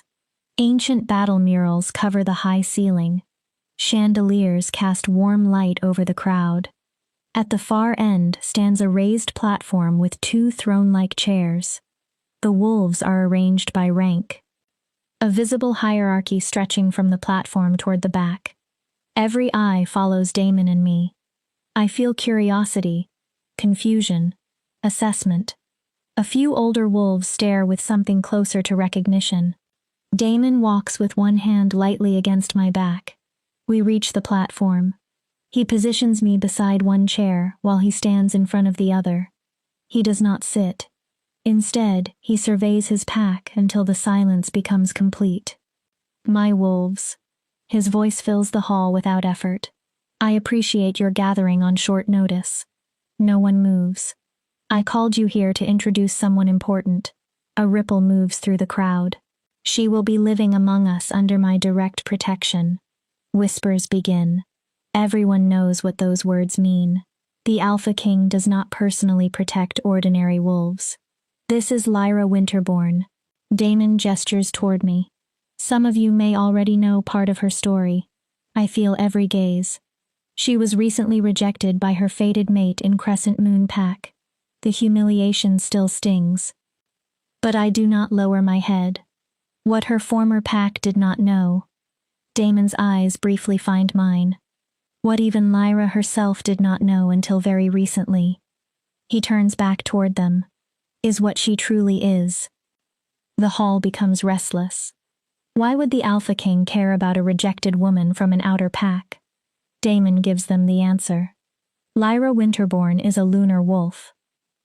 The hall explodes. Gasps. Denials. Questions. Some wolves turn toward one another in disbelief. The oldest members react differently. Several immediately drop to their knees. A lunar wolf hasn't been born in 300 years. Someone calls. Until now. Damon's voice ends the noise. Grandmother Iris and I verified her nature personally. His tone becomes harder. Lyra was cursed as a child. Her true wolf was suppressed. Whispers spread again. The curse has been broken. He looks across the hall. She is what I say she is. Prove it. A voice comes from the crowd. Another joins. Let her shift. Show us. Agreement grows. Damon's jaw tightens. She is not ready. The crowd quiets slightly. Her body is still adapting. Then how do we know? A large wolf with beta markings steps forward. I recognize him as one of the senior ranked wolves. Any wolf could claim divine blessing. He bows respectfully. We need proof, Your Majesty. Damon looks ready to end the argument with one command. I touch his arm. I'll do it. His head snaps toward me. Lyra, they're right. You broke the curse 2 days ago. I know. Your body may not be ready for another transformation. Then stay close. I hold his gaze. Catch me if I fall. We stare at each other. Finally, Damon gives one sharp nod. Very well. He turns. Clear the center. Wolves move immediately. A wide open circle appears in the great hall. Damon leads me down from the platform. His hand stays at my lower back. Last chance, he murmurs. Are you sure? No. I almost smile. But I'm doing it. A hint of amusement reaches his eyes. That seems to be becoming your signature. We reach the middle. He steps away. I suddenly remember the expensive silver gown. It is about to be destroyed. Strangely, I do not care. I close my eyes. Reach inward. My wolf surges forward eagerly. She wants this. She wants them to see her. She wants the world to witness what someone tried to bury. The shift begins. And it is completely different. My old transformations were violent. Bones breaking. Muscle tearing. Pain. This feels almost effortless. My bones flow instead of snap. Muscle expands instead of ripping. Power floods through every part of me. Within seconds, the change is complete. I stand on 4 legs. The world becomes sharper. Every sound clearer. Every scent distinct. I can smell individual wolves. Their fear. Excitement. Rank. Health. I hear heartbeats from across the hall. I feel the moon even through the palace roof. And I finally understand the size of my wolf. Massive. At least as large as an alpha male.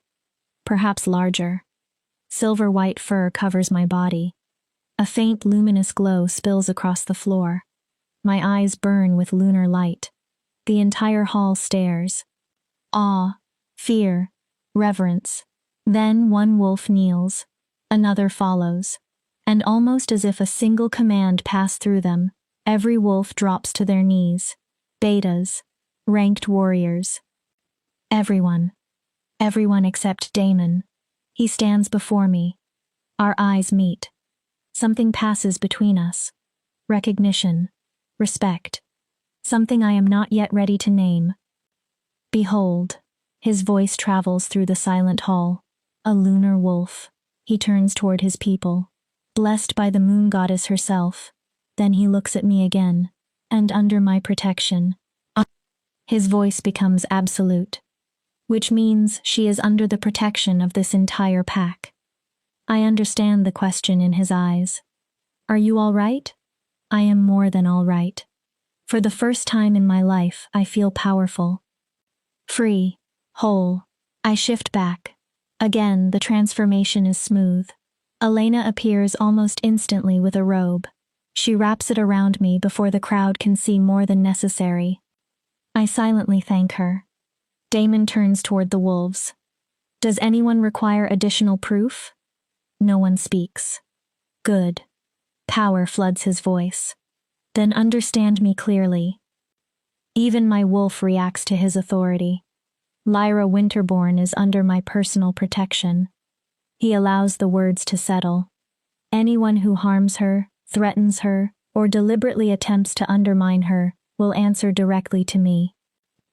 Is that understood? Yes, Your Majesty. The response fills the hall. Excellent. Damon begins to turn. Then noise erupts near the entrance. The doors open suddenly. Several unfamiliar wolves rush inside. Travel clothing, ranked posture. Not Damon's pack, but the man leading them is painfully familiar. Callum Thorne, my rejected mate. He stops when he sees me. Shock and fury collide across his face. Damon's expression becomes lethal. What is the meaning of this interruption? Callum bows. Alpha King. His respect looks forced. Forgive us. We came from Crescent Moon Pack with urgent information. What information justifies entering my private gathering without permission? Callum opens his mouth. Then his eyes find me. Lyra? His voice changes. What are you doing here? I cannot answer immediately. Too many emotions hit at once. Hurt, humiliation, anger, and buried beneath them, one embarrassing question. Does he regret it now? Miss Winterborn is my guest. Damon's voice is cold. And you still have not answered me. Callum drags his attention away. Alpha Dominic sent us. He swallows. A witch was found dead on our territory 3 days ago. The room becomes still. Murdered. Damon's eyes sharpen. We believe her death may be connected to the old magic you were investigating. The air changes. What witch? We don't know her identity yet. Callum hesitates. She was extremely old. There were signs of dark magic all over her body. He glances at me. The elders think she may have been responsible for cursing someone in our pack. One name immediately enters my mind. Morgana Thorne, the missing witch. The timing is too perfect. Damon apparently thinks the same. How convenient. His voice becomes dangerously calm. A dark practitioner appears dead only days after I arrive to investigate a suppression curse. Your Majesty, I assure you. Does the name Morgana Thorne mean anything to you? Callum's face loses color. His throat works. She was my great-aunt. The hall reacts. But she disappeared before I was born. No one has heard from her in 17 years. 17 years. My voice finally works. Callum looks at me. The same period when I was cursed. His eyes widen. Cursed? I step toward him. What are you talking about? A suppression curse was placed on me when I was 6. I keep my voice steady. It made my wolf look weak. His face changes. It made me small enough for people like you to dismiss. Lyra, the curse your great-aunt may have cast. That's insane. Callum looks from me to Damon. Why would my family curse you? We barely knew. Your families have lived in the same pack for generations, Damon interrupts. Her father is the Beta. His eyes harden. Your father is closely tied to the Alpha line. Callum shakes his head. I had nothing to do with any curse. And your family? Neither did they. His tone becomes defensive. My great-aunt was strange. Everyone knew she practiced dark magic, but she disappeared before. He stops. Before what? I step closer. Before I became inconvenient? You weren't capable of challenging anyone. The response escapes him too quickly. Silence. He realizes what he said. I mean, before the curse was removed. You were weak. I finish for him. His mouth closes. Yes, because someone made me weak. My wolf presses forward. Someone wanted my power contained. Callum stares. What power? Then he notices everything. The silver in my hair. The glow in my eyes. The way the entire hall watches me.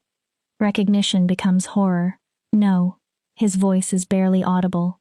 You can't be a lunar wolf, Damon says. Callum looks at him. The woman you rejected is one of the rarest and most powerful wolves alive. Damon's tone contains no mercy. She was always meant to be extraordinary. His gaze hardens. Someone simply made sure she never discovered it. Callum turns ghostly pale. He looks at me as if he has never seen me before. If I had known. I almost laugh. You would have what? He freezes. Kept me? I take another step. Used me? His face twists. Claimed my power for yourself? I would have. He stops. There is no answer that does not condemn him.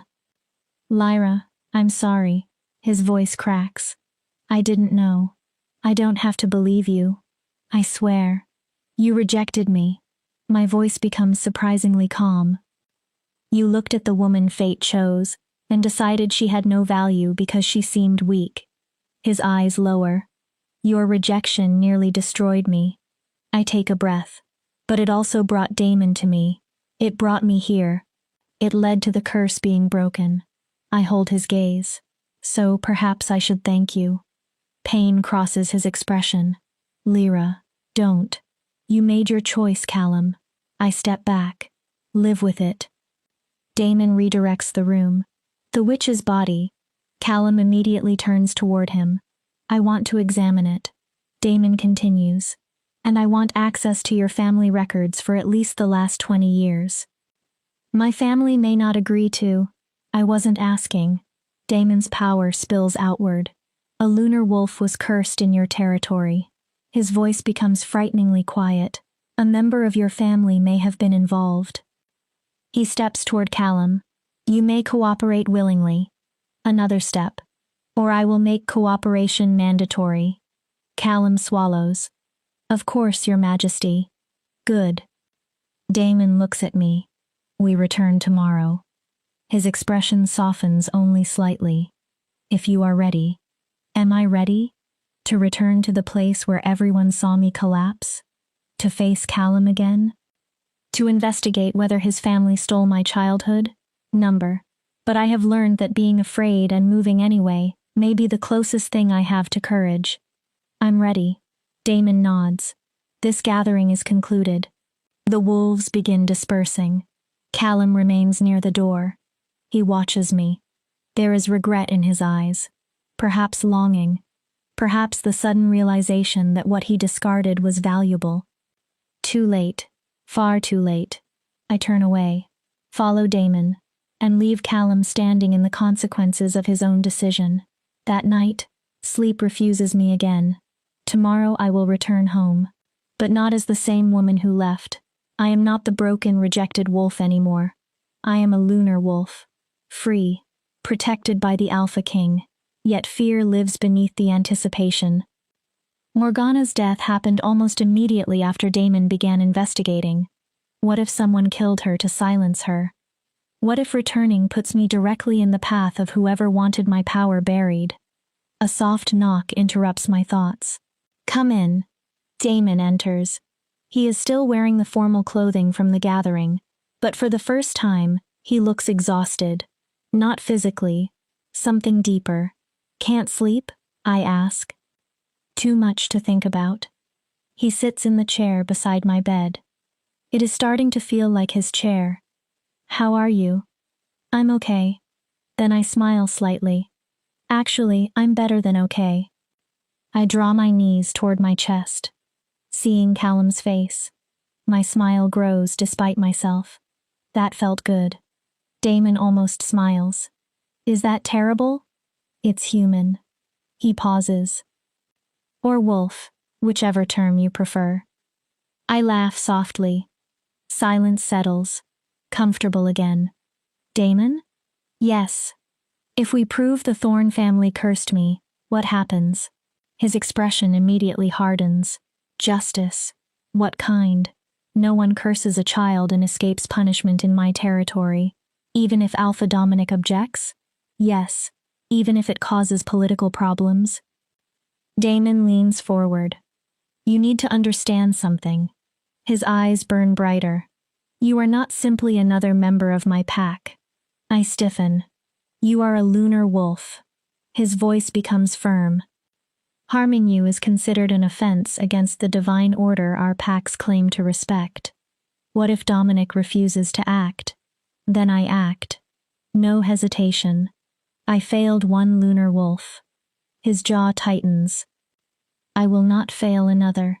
Warmth spreads through me. When has anyone fought for me this way? Protected me without shame? Valued me enough to risk conflict? Never. Thank you. Damon exhales. You need to stop thanking me. But you've thanked me enough. His expression softens. What you need to do now is start believing what I keep telling you. I wait.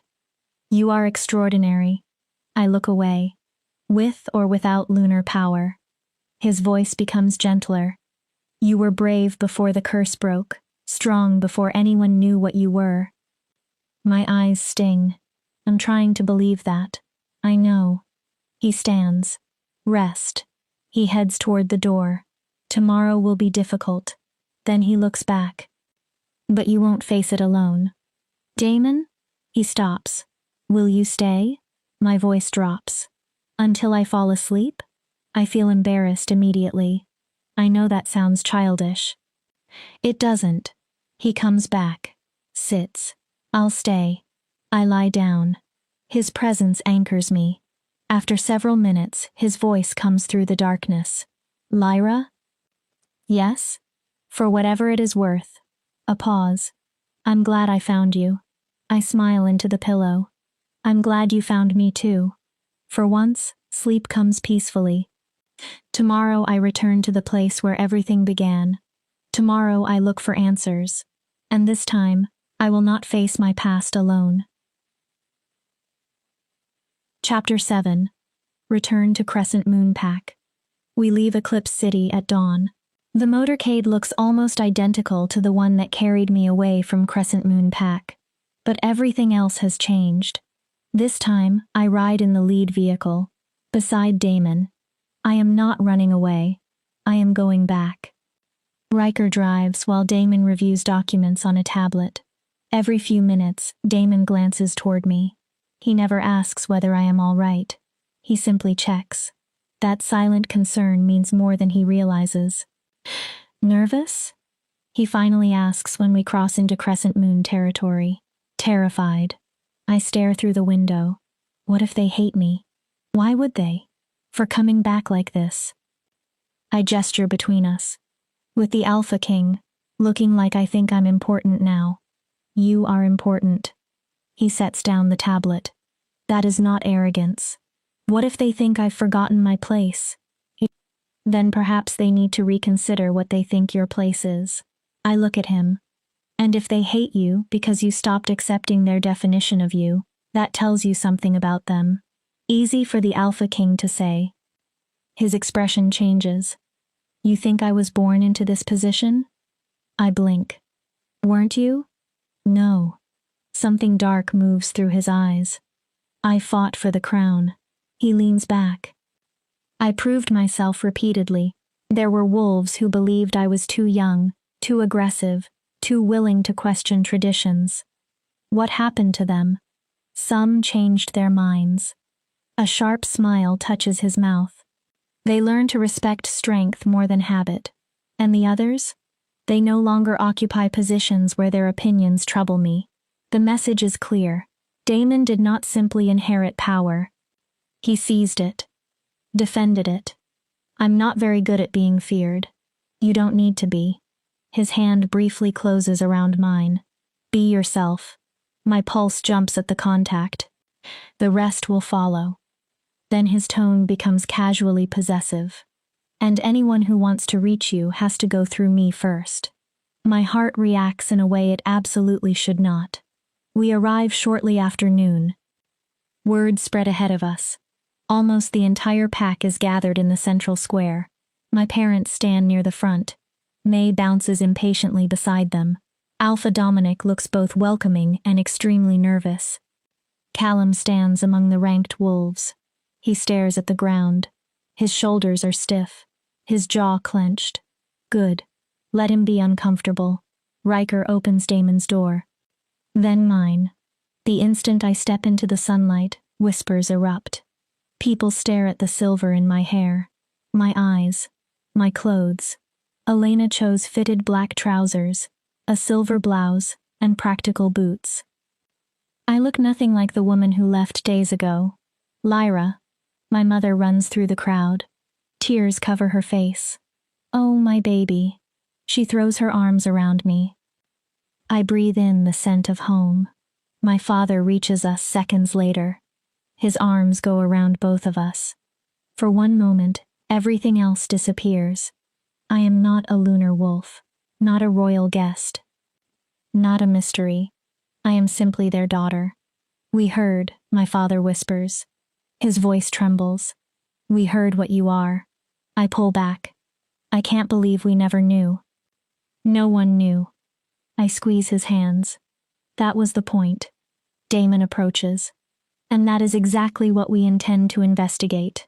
Every conversation nearby stops. Alpha Dominic. Dominic bows. Your Majesty, shall we speak privately? Of course.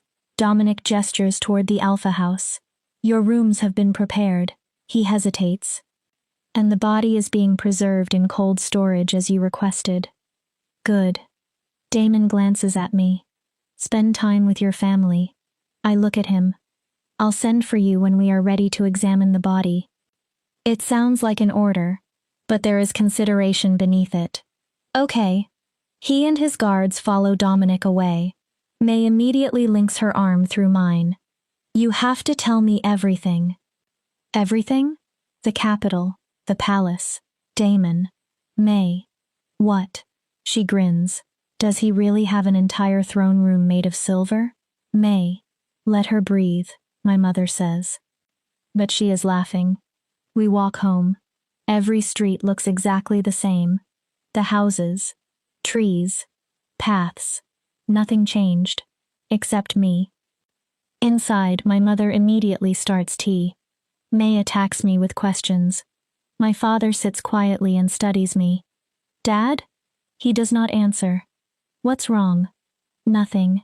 Nothing. His face tightens. I'm trying to understand how I missed it. Missed what? That my own daughter was cursed. Pain enters his expression. What kind of father fails to notice something like that? The kind whose daughter was cursed by a witch powerful enough to hide it. This isn't your fault. The Thorn family. Anger flashes across his face. If they did this intentionally, it is an act of war against us. Which is why Daemon is investigating, my mother says, carrying over the tea. She rests a hand on his shoulder. Let the Alpha King handle it. We talk for nearly an hour. I tell them about Eclipse City. Riker. Elena. The ritual. The pain. The moment the curse broke. My first real shift. The gathering. I do not mention the nights Daemon sat beside my bed, or the way I feel safer when he enters a room, or how his hand around mine makes something inside me react.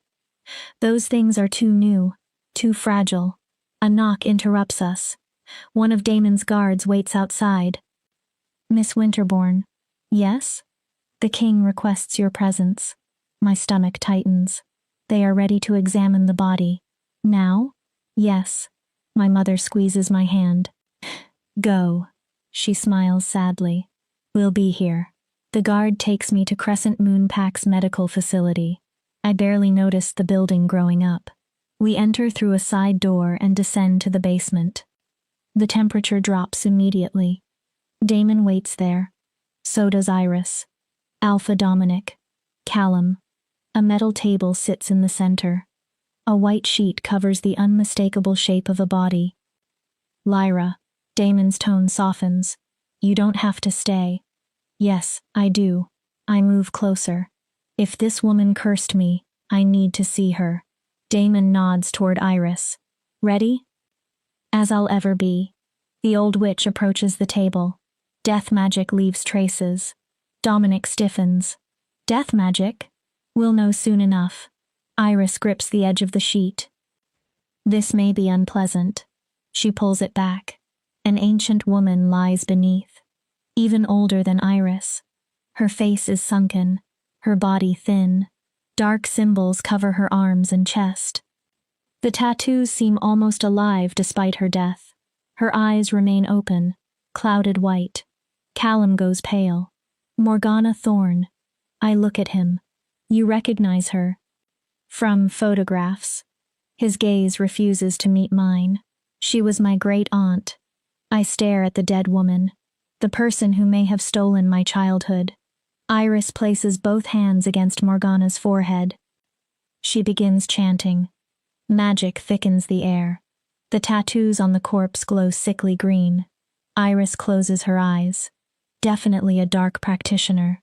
She inhales. Very powerful. Then her expression changes. And yes. What? Damon moves closer. She was murdered with magic. Dominic's face tightens. What kind? Death curse. Iris removes one hand. Fast. A grim pause. But painful. Who killed her? Damon asks. I can't tell. Iris opens her eyes. Death curses are specifically designed not to retain a caster signature. When? Approximately 4 days ago. Every person in the room understands the significance. Almost immediately after Damon left Crescent Moon Pack. Someone killed Morgana just as the investigation began. Someone did not want her talking. Can you tell whether she cast my curse? I step nearer. Mine specifically? Iris takes one of the corpse's arms. She traces a symbol. It flashes brighter. This mark records a major working. She closes her eyes again. The room becomes silent. Yes.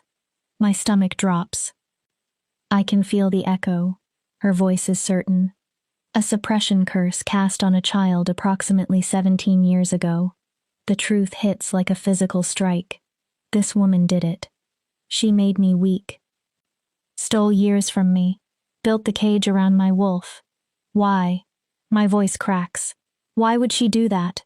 That, Damon says, is what we're going to discover. He turns to Callum. Your family records. Callum stiffens. I want them now.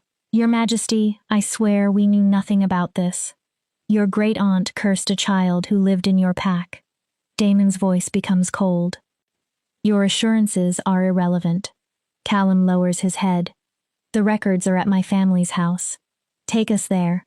We leave in a grim group. Damon, Iris, Riker, Alpha Dominic, Callum, me. The Thorne home stands near the edge of pack territory. Large, elegant, old money in every stone. Callum's father answers the door. He resembles his son closely. Same amber eyes, same sharp features. But there is something harder in his expression. Alpha King. He bows. This is unexpected. We need your family records. Damon does not waste time. Anything involving Morgana Thorne and events from 17 years ago. For the first time, tension flashes across the man's face. May I ask why? No. Damon takes one step forward. You may show me the records willingly. His eyes brighten. or I will order my men to dismantle this house until we find them. A long silence. Then Callum's father nods. This way. He takes us to a study lined with shelves. From one cabinet, he removes a heavy leather journal. The family chronicle. He places it on the desk. Births. Deaths. Major decisions. Damon begins turning pages. I stand beside him. Old handwriting. Different hands. Different decades. Then Damon stops. His body goes absolutely still. What? He points. The entry is dated 17 years ago, only a few months after my first shift. I read it, then read it again because my brain refuses to accept the words. Payment rendered to MT for services regarding the Beta's daughter. The girl's power has been successfully contained. The bloodline is secure. My vision blurs. Payment. My voice shakes. Services. I turn toward Callum's father. My power contained. He has gone white. The bloodline is secure. I step closer. What does that mean? I don't know. His answer comes too quickly. I was young when this was written. Damon's power surges. Who wrote it? My father. Where is he? He died 10 years ago. How convenient. Damon's eyes glow. Your father paid someone to curse a child. The man takes a step backward. Fear enters his face. I knew nothing about this. But you can guess. The realization comes together inside me. You can guess why your family wanted my power contained. He says nothing. Why securing your bloodline mattered. Still nothing. His silence is enough. Tell them. Callum's voice comes from behind me. I turn. He is staring at his father with horror. Tell them the truth. His father closes his eyes. There was a prophecy. Every person in the room freezes. When Lyra was born, one of the pack seers had a vision. My skin goes cold. She said the Beta's daughter would eventually become more powerful than any alpha. His voice weakens. That she would change our hierarchy. Damon becomes terrifyingly still. So your family cursed her. We thought. You hired a dark witch to suppress a 6-year-old because you were afraid she might someday be stronger than you. It wasn't only our position. Callum's father becomes desperate. The seer said her power could destroy the pack if it wasn't controlled. You were protecting yourselves. I barely recognize my own voice. You looked at a child and saw a threat. My wolf snarls inside me. So you stole her strength. I step closer. You made her grow up believing she was worthless. I point toward Callum. And when your son rejected me for being weak, that was simply the last piece, wasn't it? Lyra. Callum sounds devastated. I didn't know. I turn sharply. I swear. Didn't you? I had no idea. Your family cursed me. My voice shakes with restrained anger. And you rejected me for the exact weakness they forced onto me. His face breaks. You played your role perfectly whether you understood it or not. Alpha Dominic looks furious. This is an outrage. He turns on Callum's father. The Thorn family will answer for violating pack law.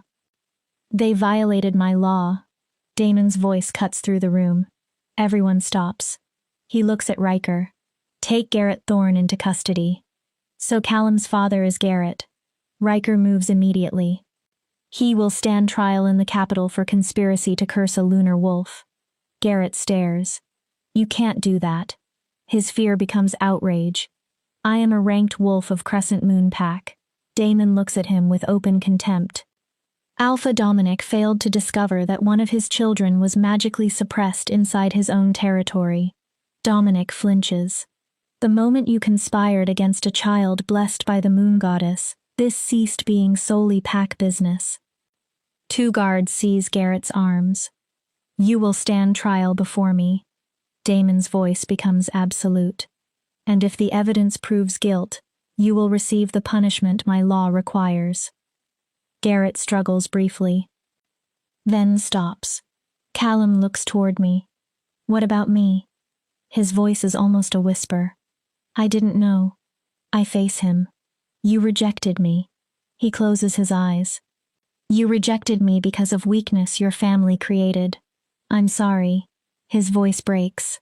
Lyra, I'm so sorry. Your apology changes nothing. He looks as if I struck him. You made your choice. I hold his gaze. Now you have to live with it. Damon's hand settles gently at my lower back, grounding me. Are you ready to leave? I look around the study. The journal. The evidence. Garrett being led away. Callum standing broken beside the desk. For years, I imagined closure might feel triumphant. It does not. It feels quiet. Heavy. Finished. Yes. I exhale. I'm ready. My parents wait at the Alpha House. My mother takes one look at my face and pulls me into her arms. They did it. The words emerge against her shoulder. The Thorn family. Her grip tightens. They paid Morgana to curse me because they were afraid of what I might become. My mother cries. I'm sorry. Her tears soak into my hair. I'm so sorry we didn't protect you. This was not your fault. And this time I truly believe it. My parents did not fail me. Fear did. The fear of people who valued power more than a child's life. Damon gives me the evening with my family. We leave in the morning. Thank you. He turns away. I catch his arm. Damon.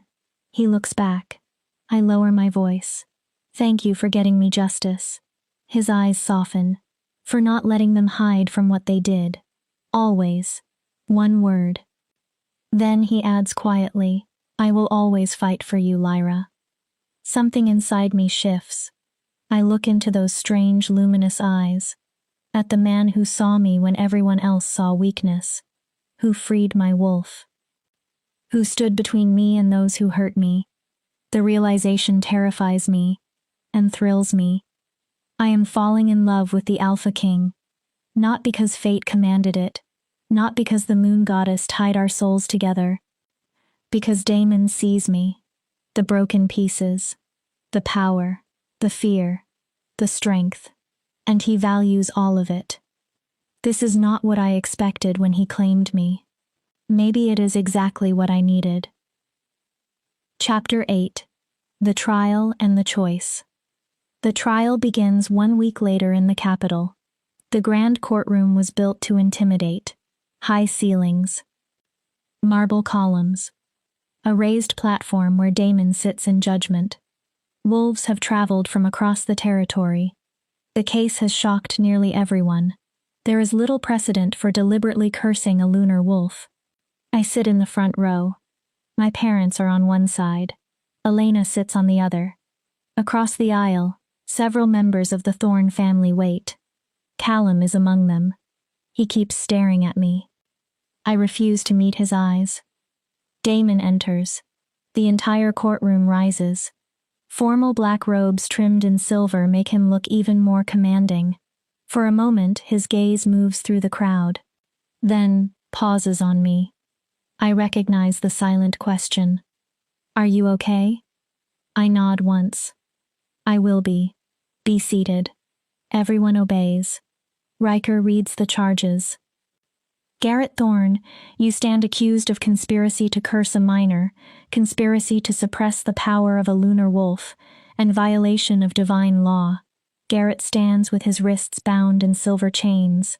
He looks older than he did a week ago. But defiance remains. How do you plead? Not guilty, Your Majesty. His jaw lifts. I acted to protect my pack. You acted to protect your position. Damon's interruption is ice cold. But the court will hear the evidence. He gestures. Call the first witness. Iris is first. She approaches with a cane. Her body looks fragile. Her mind is not. She swears to tell the truth. Then describes the magical signature discovered on Morgana's body. The suppression curse. Its age. Its structure. The prosecutor asks, You are certain the curse Morgana cast is the same curse placed upon Lyra Winterborn? Absolutely.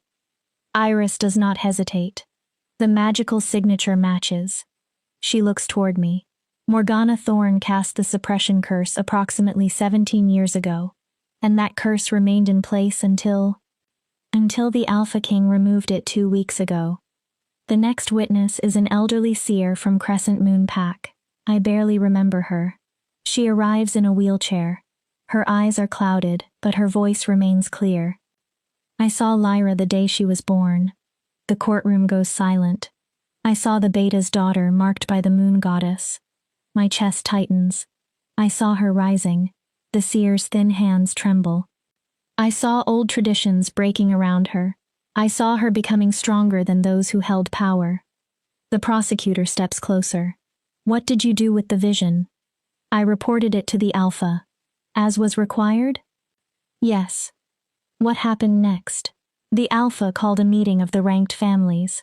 A murmur passes through the courtroom. He told them about the prophecy. The seer looks toward me. I was not at that meeting. What happened afterward? 3 days later, Garrett Thorne came to me. Garrett does not move. He asked whether there was a way to suppress the girl's power. My mother grips my hand. What did you tell him?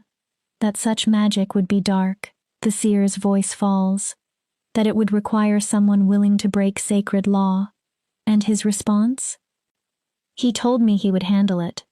The courtroom erupts in whispers. Damon allows it for a moment, then raises one hand. Silence. Did you know he intended to curse her?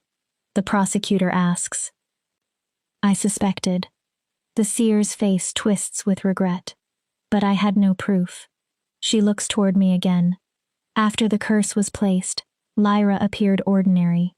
A tear slips down her cheek. Weak. Her voice breaks. I began wondering whether my prophecy had been wrong. She closes her eyes. I'm sorry, child. I say nothing. I should have fought harder. More witnesses follow. Wolves who remember Morgana. People who saw Garrett meeting her. Others who noticed how quickly my wolf's strength changed after my first shift. Pieces of my childhood become evidence. Then my name is called. My legs tremble when I stand. The courtroom suddenly feels much larger. Every face turns toward me.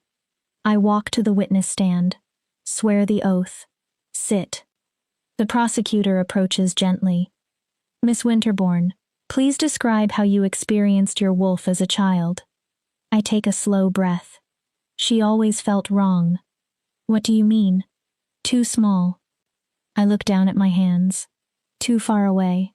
My voice becomes steadier, like she was trapped behind glass. How old were you when you first shifted? 6.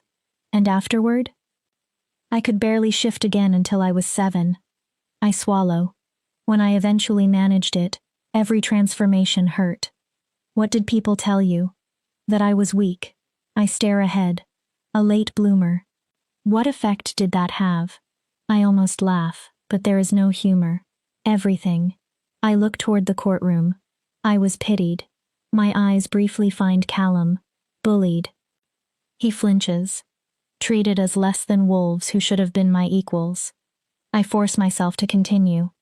And when I found my fated mate, he looked at the weakness forced on me by this curse, and decided I was not worth keeping. Callum lowers his head.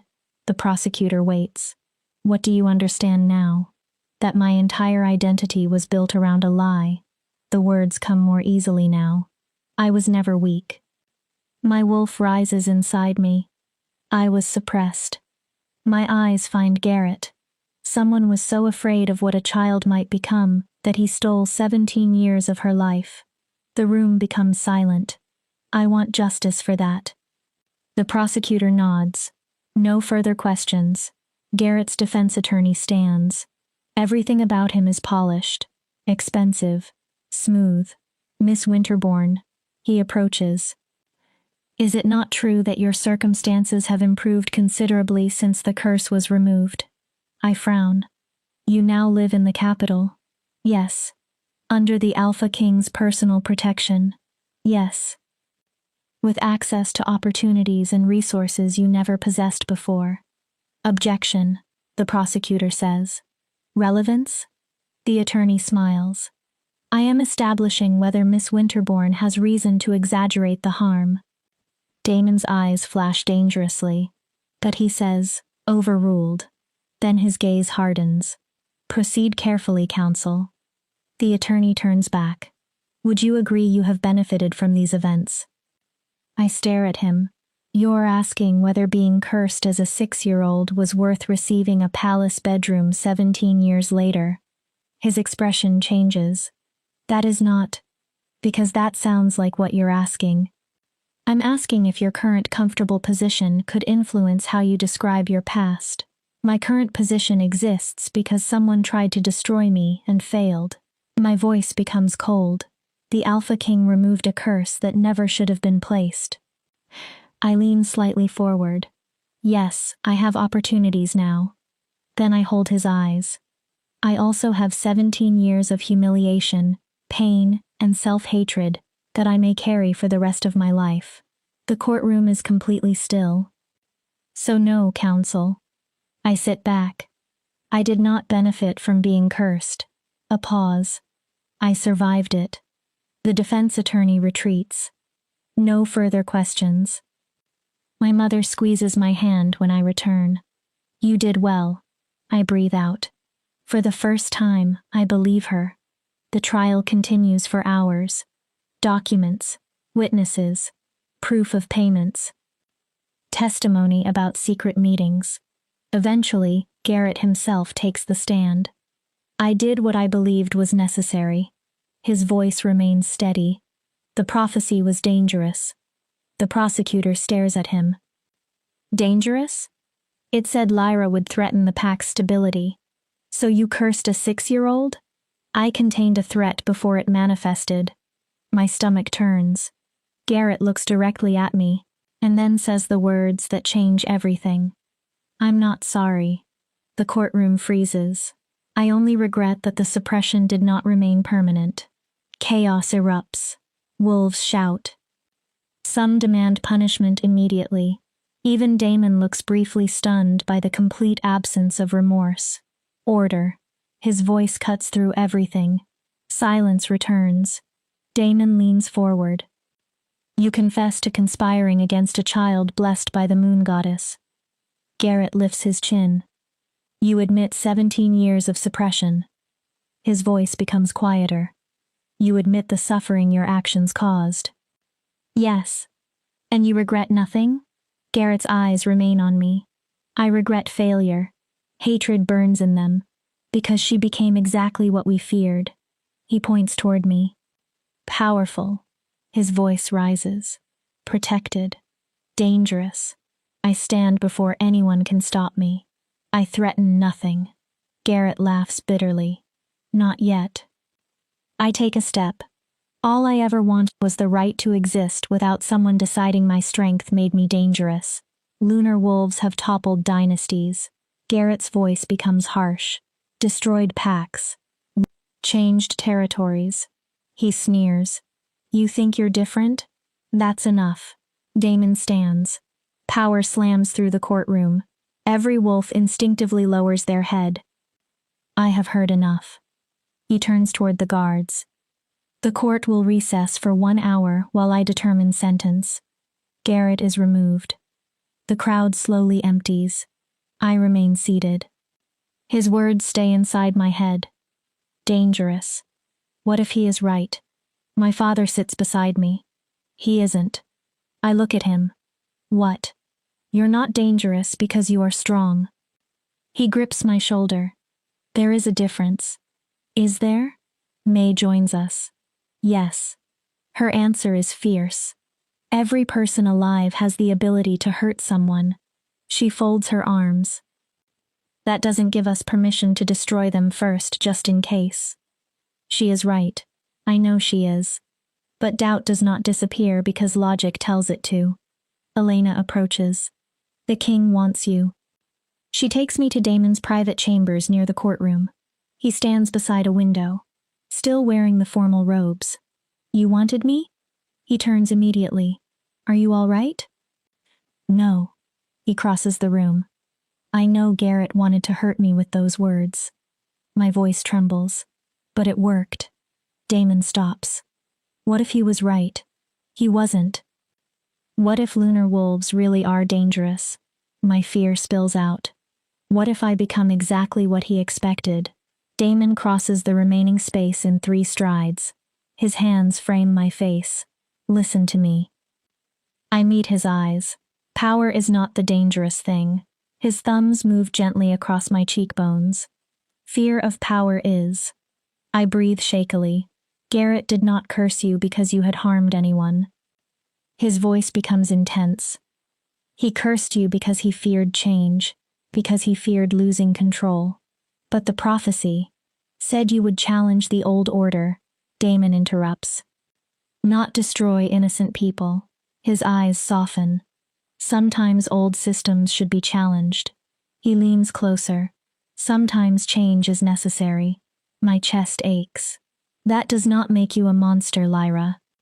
His forehead nearly touches mine. It may make you necessary. I want to believe him. But 17 years of believing I was wrong will not vanish in 2 weeks. So I ask the question I have been avoiding. What sentence will you give Garrett? Damon releases my face. Something dark settles over him. The sentence the law requires. Which is, he cursed a child. Damon's voice becomes distant. He suppressed a lunar wolf deliberately. He has shown no remorse. I already know. Death? Yes. The word hangs between us. Does that bother you? I think. Garrett stole my childhood, my confidence, my sense of self, and if he had another chance, he would do it again. No. The answer surprises me with how certain it feels. He chose this. Damon watches me carefully. I'm all right with the sentence. I take a breath. He does not deserve mercy he would never give me. Damon nods. Then we finish it. The courtroom fills again. Damon returns to the platform. Garrett stands before him. Garrett Thorne. Damon's voice fills the room. This court finds you guilty on every charge. No one moves. You conspired to curse a minor. You deliberately suppressed a lunar wolf's power. You violated pack law and divine law. His eyes harden. And when offered the opportunity to show remorse, you declared that you would commit the same crime again. Garrett remains defiant. The sentence is death. A murmur passes through the room. The sentence will be carried out immediately by Silver Blade. Damon looks at him. Do you have final words? Garrett's eyes find me. I protected my pack. His voice holds no regret. History will prove I was right. Damon's expression becomes cold. History will forget you existed. He looks at Riker. Carry out the sentence. It happens quickly. Riker moves with practiced efficiency. There is barely time for Garrett to react. Then it is over. Garrett Thorne is dead. Justice has been delivered. I expected satisfaction. Instead, I feel hollow. The courtroom empties slowly. Callum approaches as I prepare to leave. His face is pale. His eyes red. Lyra. I almost keep walking. I know nothing I say changes what happened. I turn toward him. But I'm sorry. His voice breaks. For my father. The curse. He swallows. For rejecting you. I was wrong about everything. I look at him. Really look. And realize something unexpected. I no longer hate him. I no longer even feel angry. There is almost nothing left. Your apology doesn't change the past. He nods. I know, but I accept it. Hope appears in his face. Hope appears in his face. Not for you. It disappears. For me. I exhale. I'm tired of carrying anger everywhere. Can you forgive me? I don't know. I answer truthfully. Maybe one day. His eyes drop. But forgiveness is not reconciliation. I make sure he understands. The mate bond is gone, Callum. Pain crosses his face. You rejected me. I shake my head. We cannot return to what existed before. I know. His voice is quiet. I just want you to be happy. He looks at me. even if it isn't with me. Then you'll get that wish. I turn away, because I am happy, and as I say it, I realize it is true. Despite the curse, despite the rejection, despite everything. I am happier than the woman who once waited desperately for Callum to decide she had value, because now I know my worth, and someone else sees it too. Damon waits outside the courtroom. The moment I see him, I stop thinking. I walk straight into his arms. He catches me easily. I breathe in winter frost and forest. Thank you. My voice is muffled against his chest. For justice. His arms tighten. For believing me. One of his hands moves gently through my hair. Always. His lips brush the top of my head. I'll always believe in you. We remain there. And suddenly I understand. This safety. This sense of being valued. This feeling of someone actually seeing me. That is what I wanted from a mate bond. But destiny never gave it to me. Choice did. I pull back. Damon. Yes? What happens now? He studies me. The curse is gone. I continue. The trial is over. My heart begins beating faster. What comes next? That depends on you. His answer is careful. You can return to Crescent Moon Pack if that is what you want. My chest tightens. Or, for the first time since meeting him, Damon looks uncertain. Well, you can stay in Eclipse City. With you? Yes. As what? As whatever you choose. He raises both hands and gently holds my face. A member of my pack. His eyes search mine. Someone under my protection. He hesitates. Or, what? His jaw tightens. As mine. I stop breathing. Not because of a mate bond. His voice becomes rougher. Not because fate ordered it. His eyes burn with emotion. Because I choose you. I stare at him. Because I want you in my life. Damon. Somewhere between breaking your curse and fighting for your justice. He exhales. I fell in love with you, Lyra Winterborn. My heart seems to stop. The Alpha King. The most powerful man in the territories. The man who commands everyone, looks almost vulnerable. I know it is fast. He continues before I can speak. I know you've endured more than anyone should. His hands remain warm against my face. You may not feel the same. A rare uncertainty appears in his eyes. But I needed you to know this stopped being about protecting a lunar wolf. He leans closer. This is about you. Wanting you. Choosing you. His voice lowers. And I'm asking you to give me a chance. I stare. You fell for me? Completely. No hesitation now. Joy rushes through me. Bright. Warm. Almost frightening. You're right. His expression changes. It is fast. He looks worried. It is insane. More worry. And I smile. I feel exactly the same. Damon freezes. You do? I do. I raise my hands to his face. I don't know exactly when it happened. My thumb brushes his cheek. Maybe during the curse ritual. His eyes soften. Maybe when you fought for me. I smile. Maybe the first time you told me Callum was wrong. His forehead touches mine. But somewhere along the way, I fell for you too. The smile that appears on Damon's face is unlike anything I have seen. Open, unprotected, beautiful. Then stay. His voice is almost a whisper. Stay with me. He pulls me closer. Let me court you properly. His eyes remain on mine. Let me show you what it feels like to be chosen, instead of merely destined. Yes. The answer comes without fear. Yes, Damon. His breath catches. I'll stay. Then he kisses me. Nothing about it feels tentative. Damon kisses the way he does everything else. Completely. His hand slides into my hair. The other pulls me closer. The kiss is possessive, intense, filled with everything neither of us had said, and I answer with equal force. When we finally separate, both of us are breathing hard. A silver light flickers in his eyes. My wolf responds. Not mate, nothing compelled, recognition of something we are building ourselves. I need to warn you. Damon rests his forehead against mine. I am not an easy man to love. I smile. I had already guessed that. I'm demanding. I noticed. Possessive. Definitely noticed. And I have an entire kingdom to run.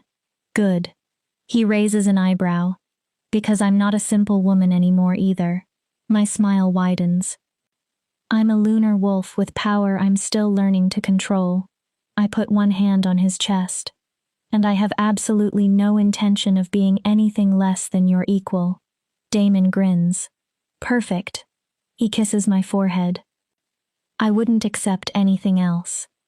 We stand together in the corridor.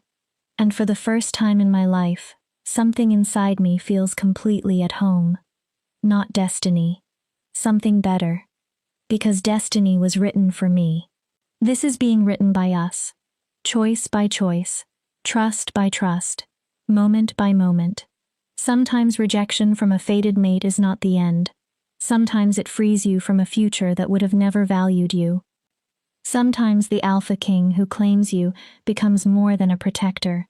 He becomes your partner. Your equal, your choice, and chosen love can become stronger than any bond fate tried to force upon you. Epilogue. 6 months later, I stand on a balcony overlooking Eclipse City. Sunset turns the skyline gold. Damon's arms slide around my waist from behind. A penny for your thoughts. His lips brush near my ear.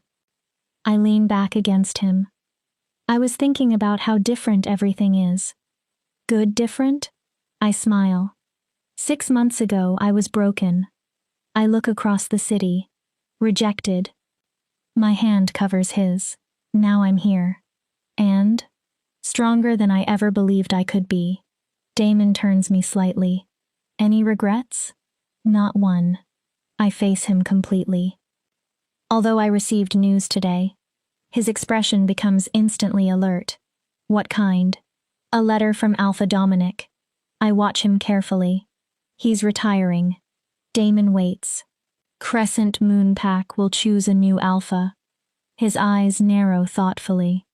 And several wolves nominated me. Damon goes still. You want to return? I don't know.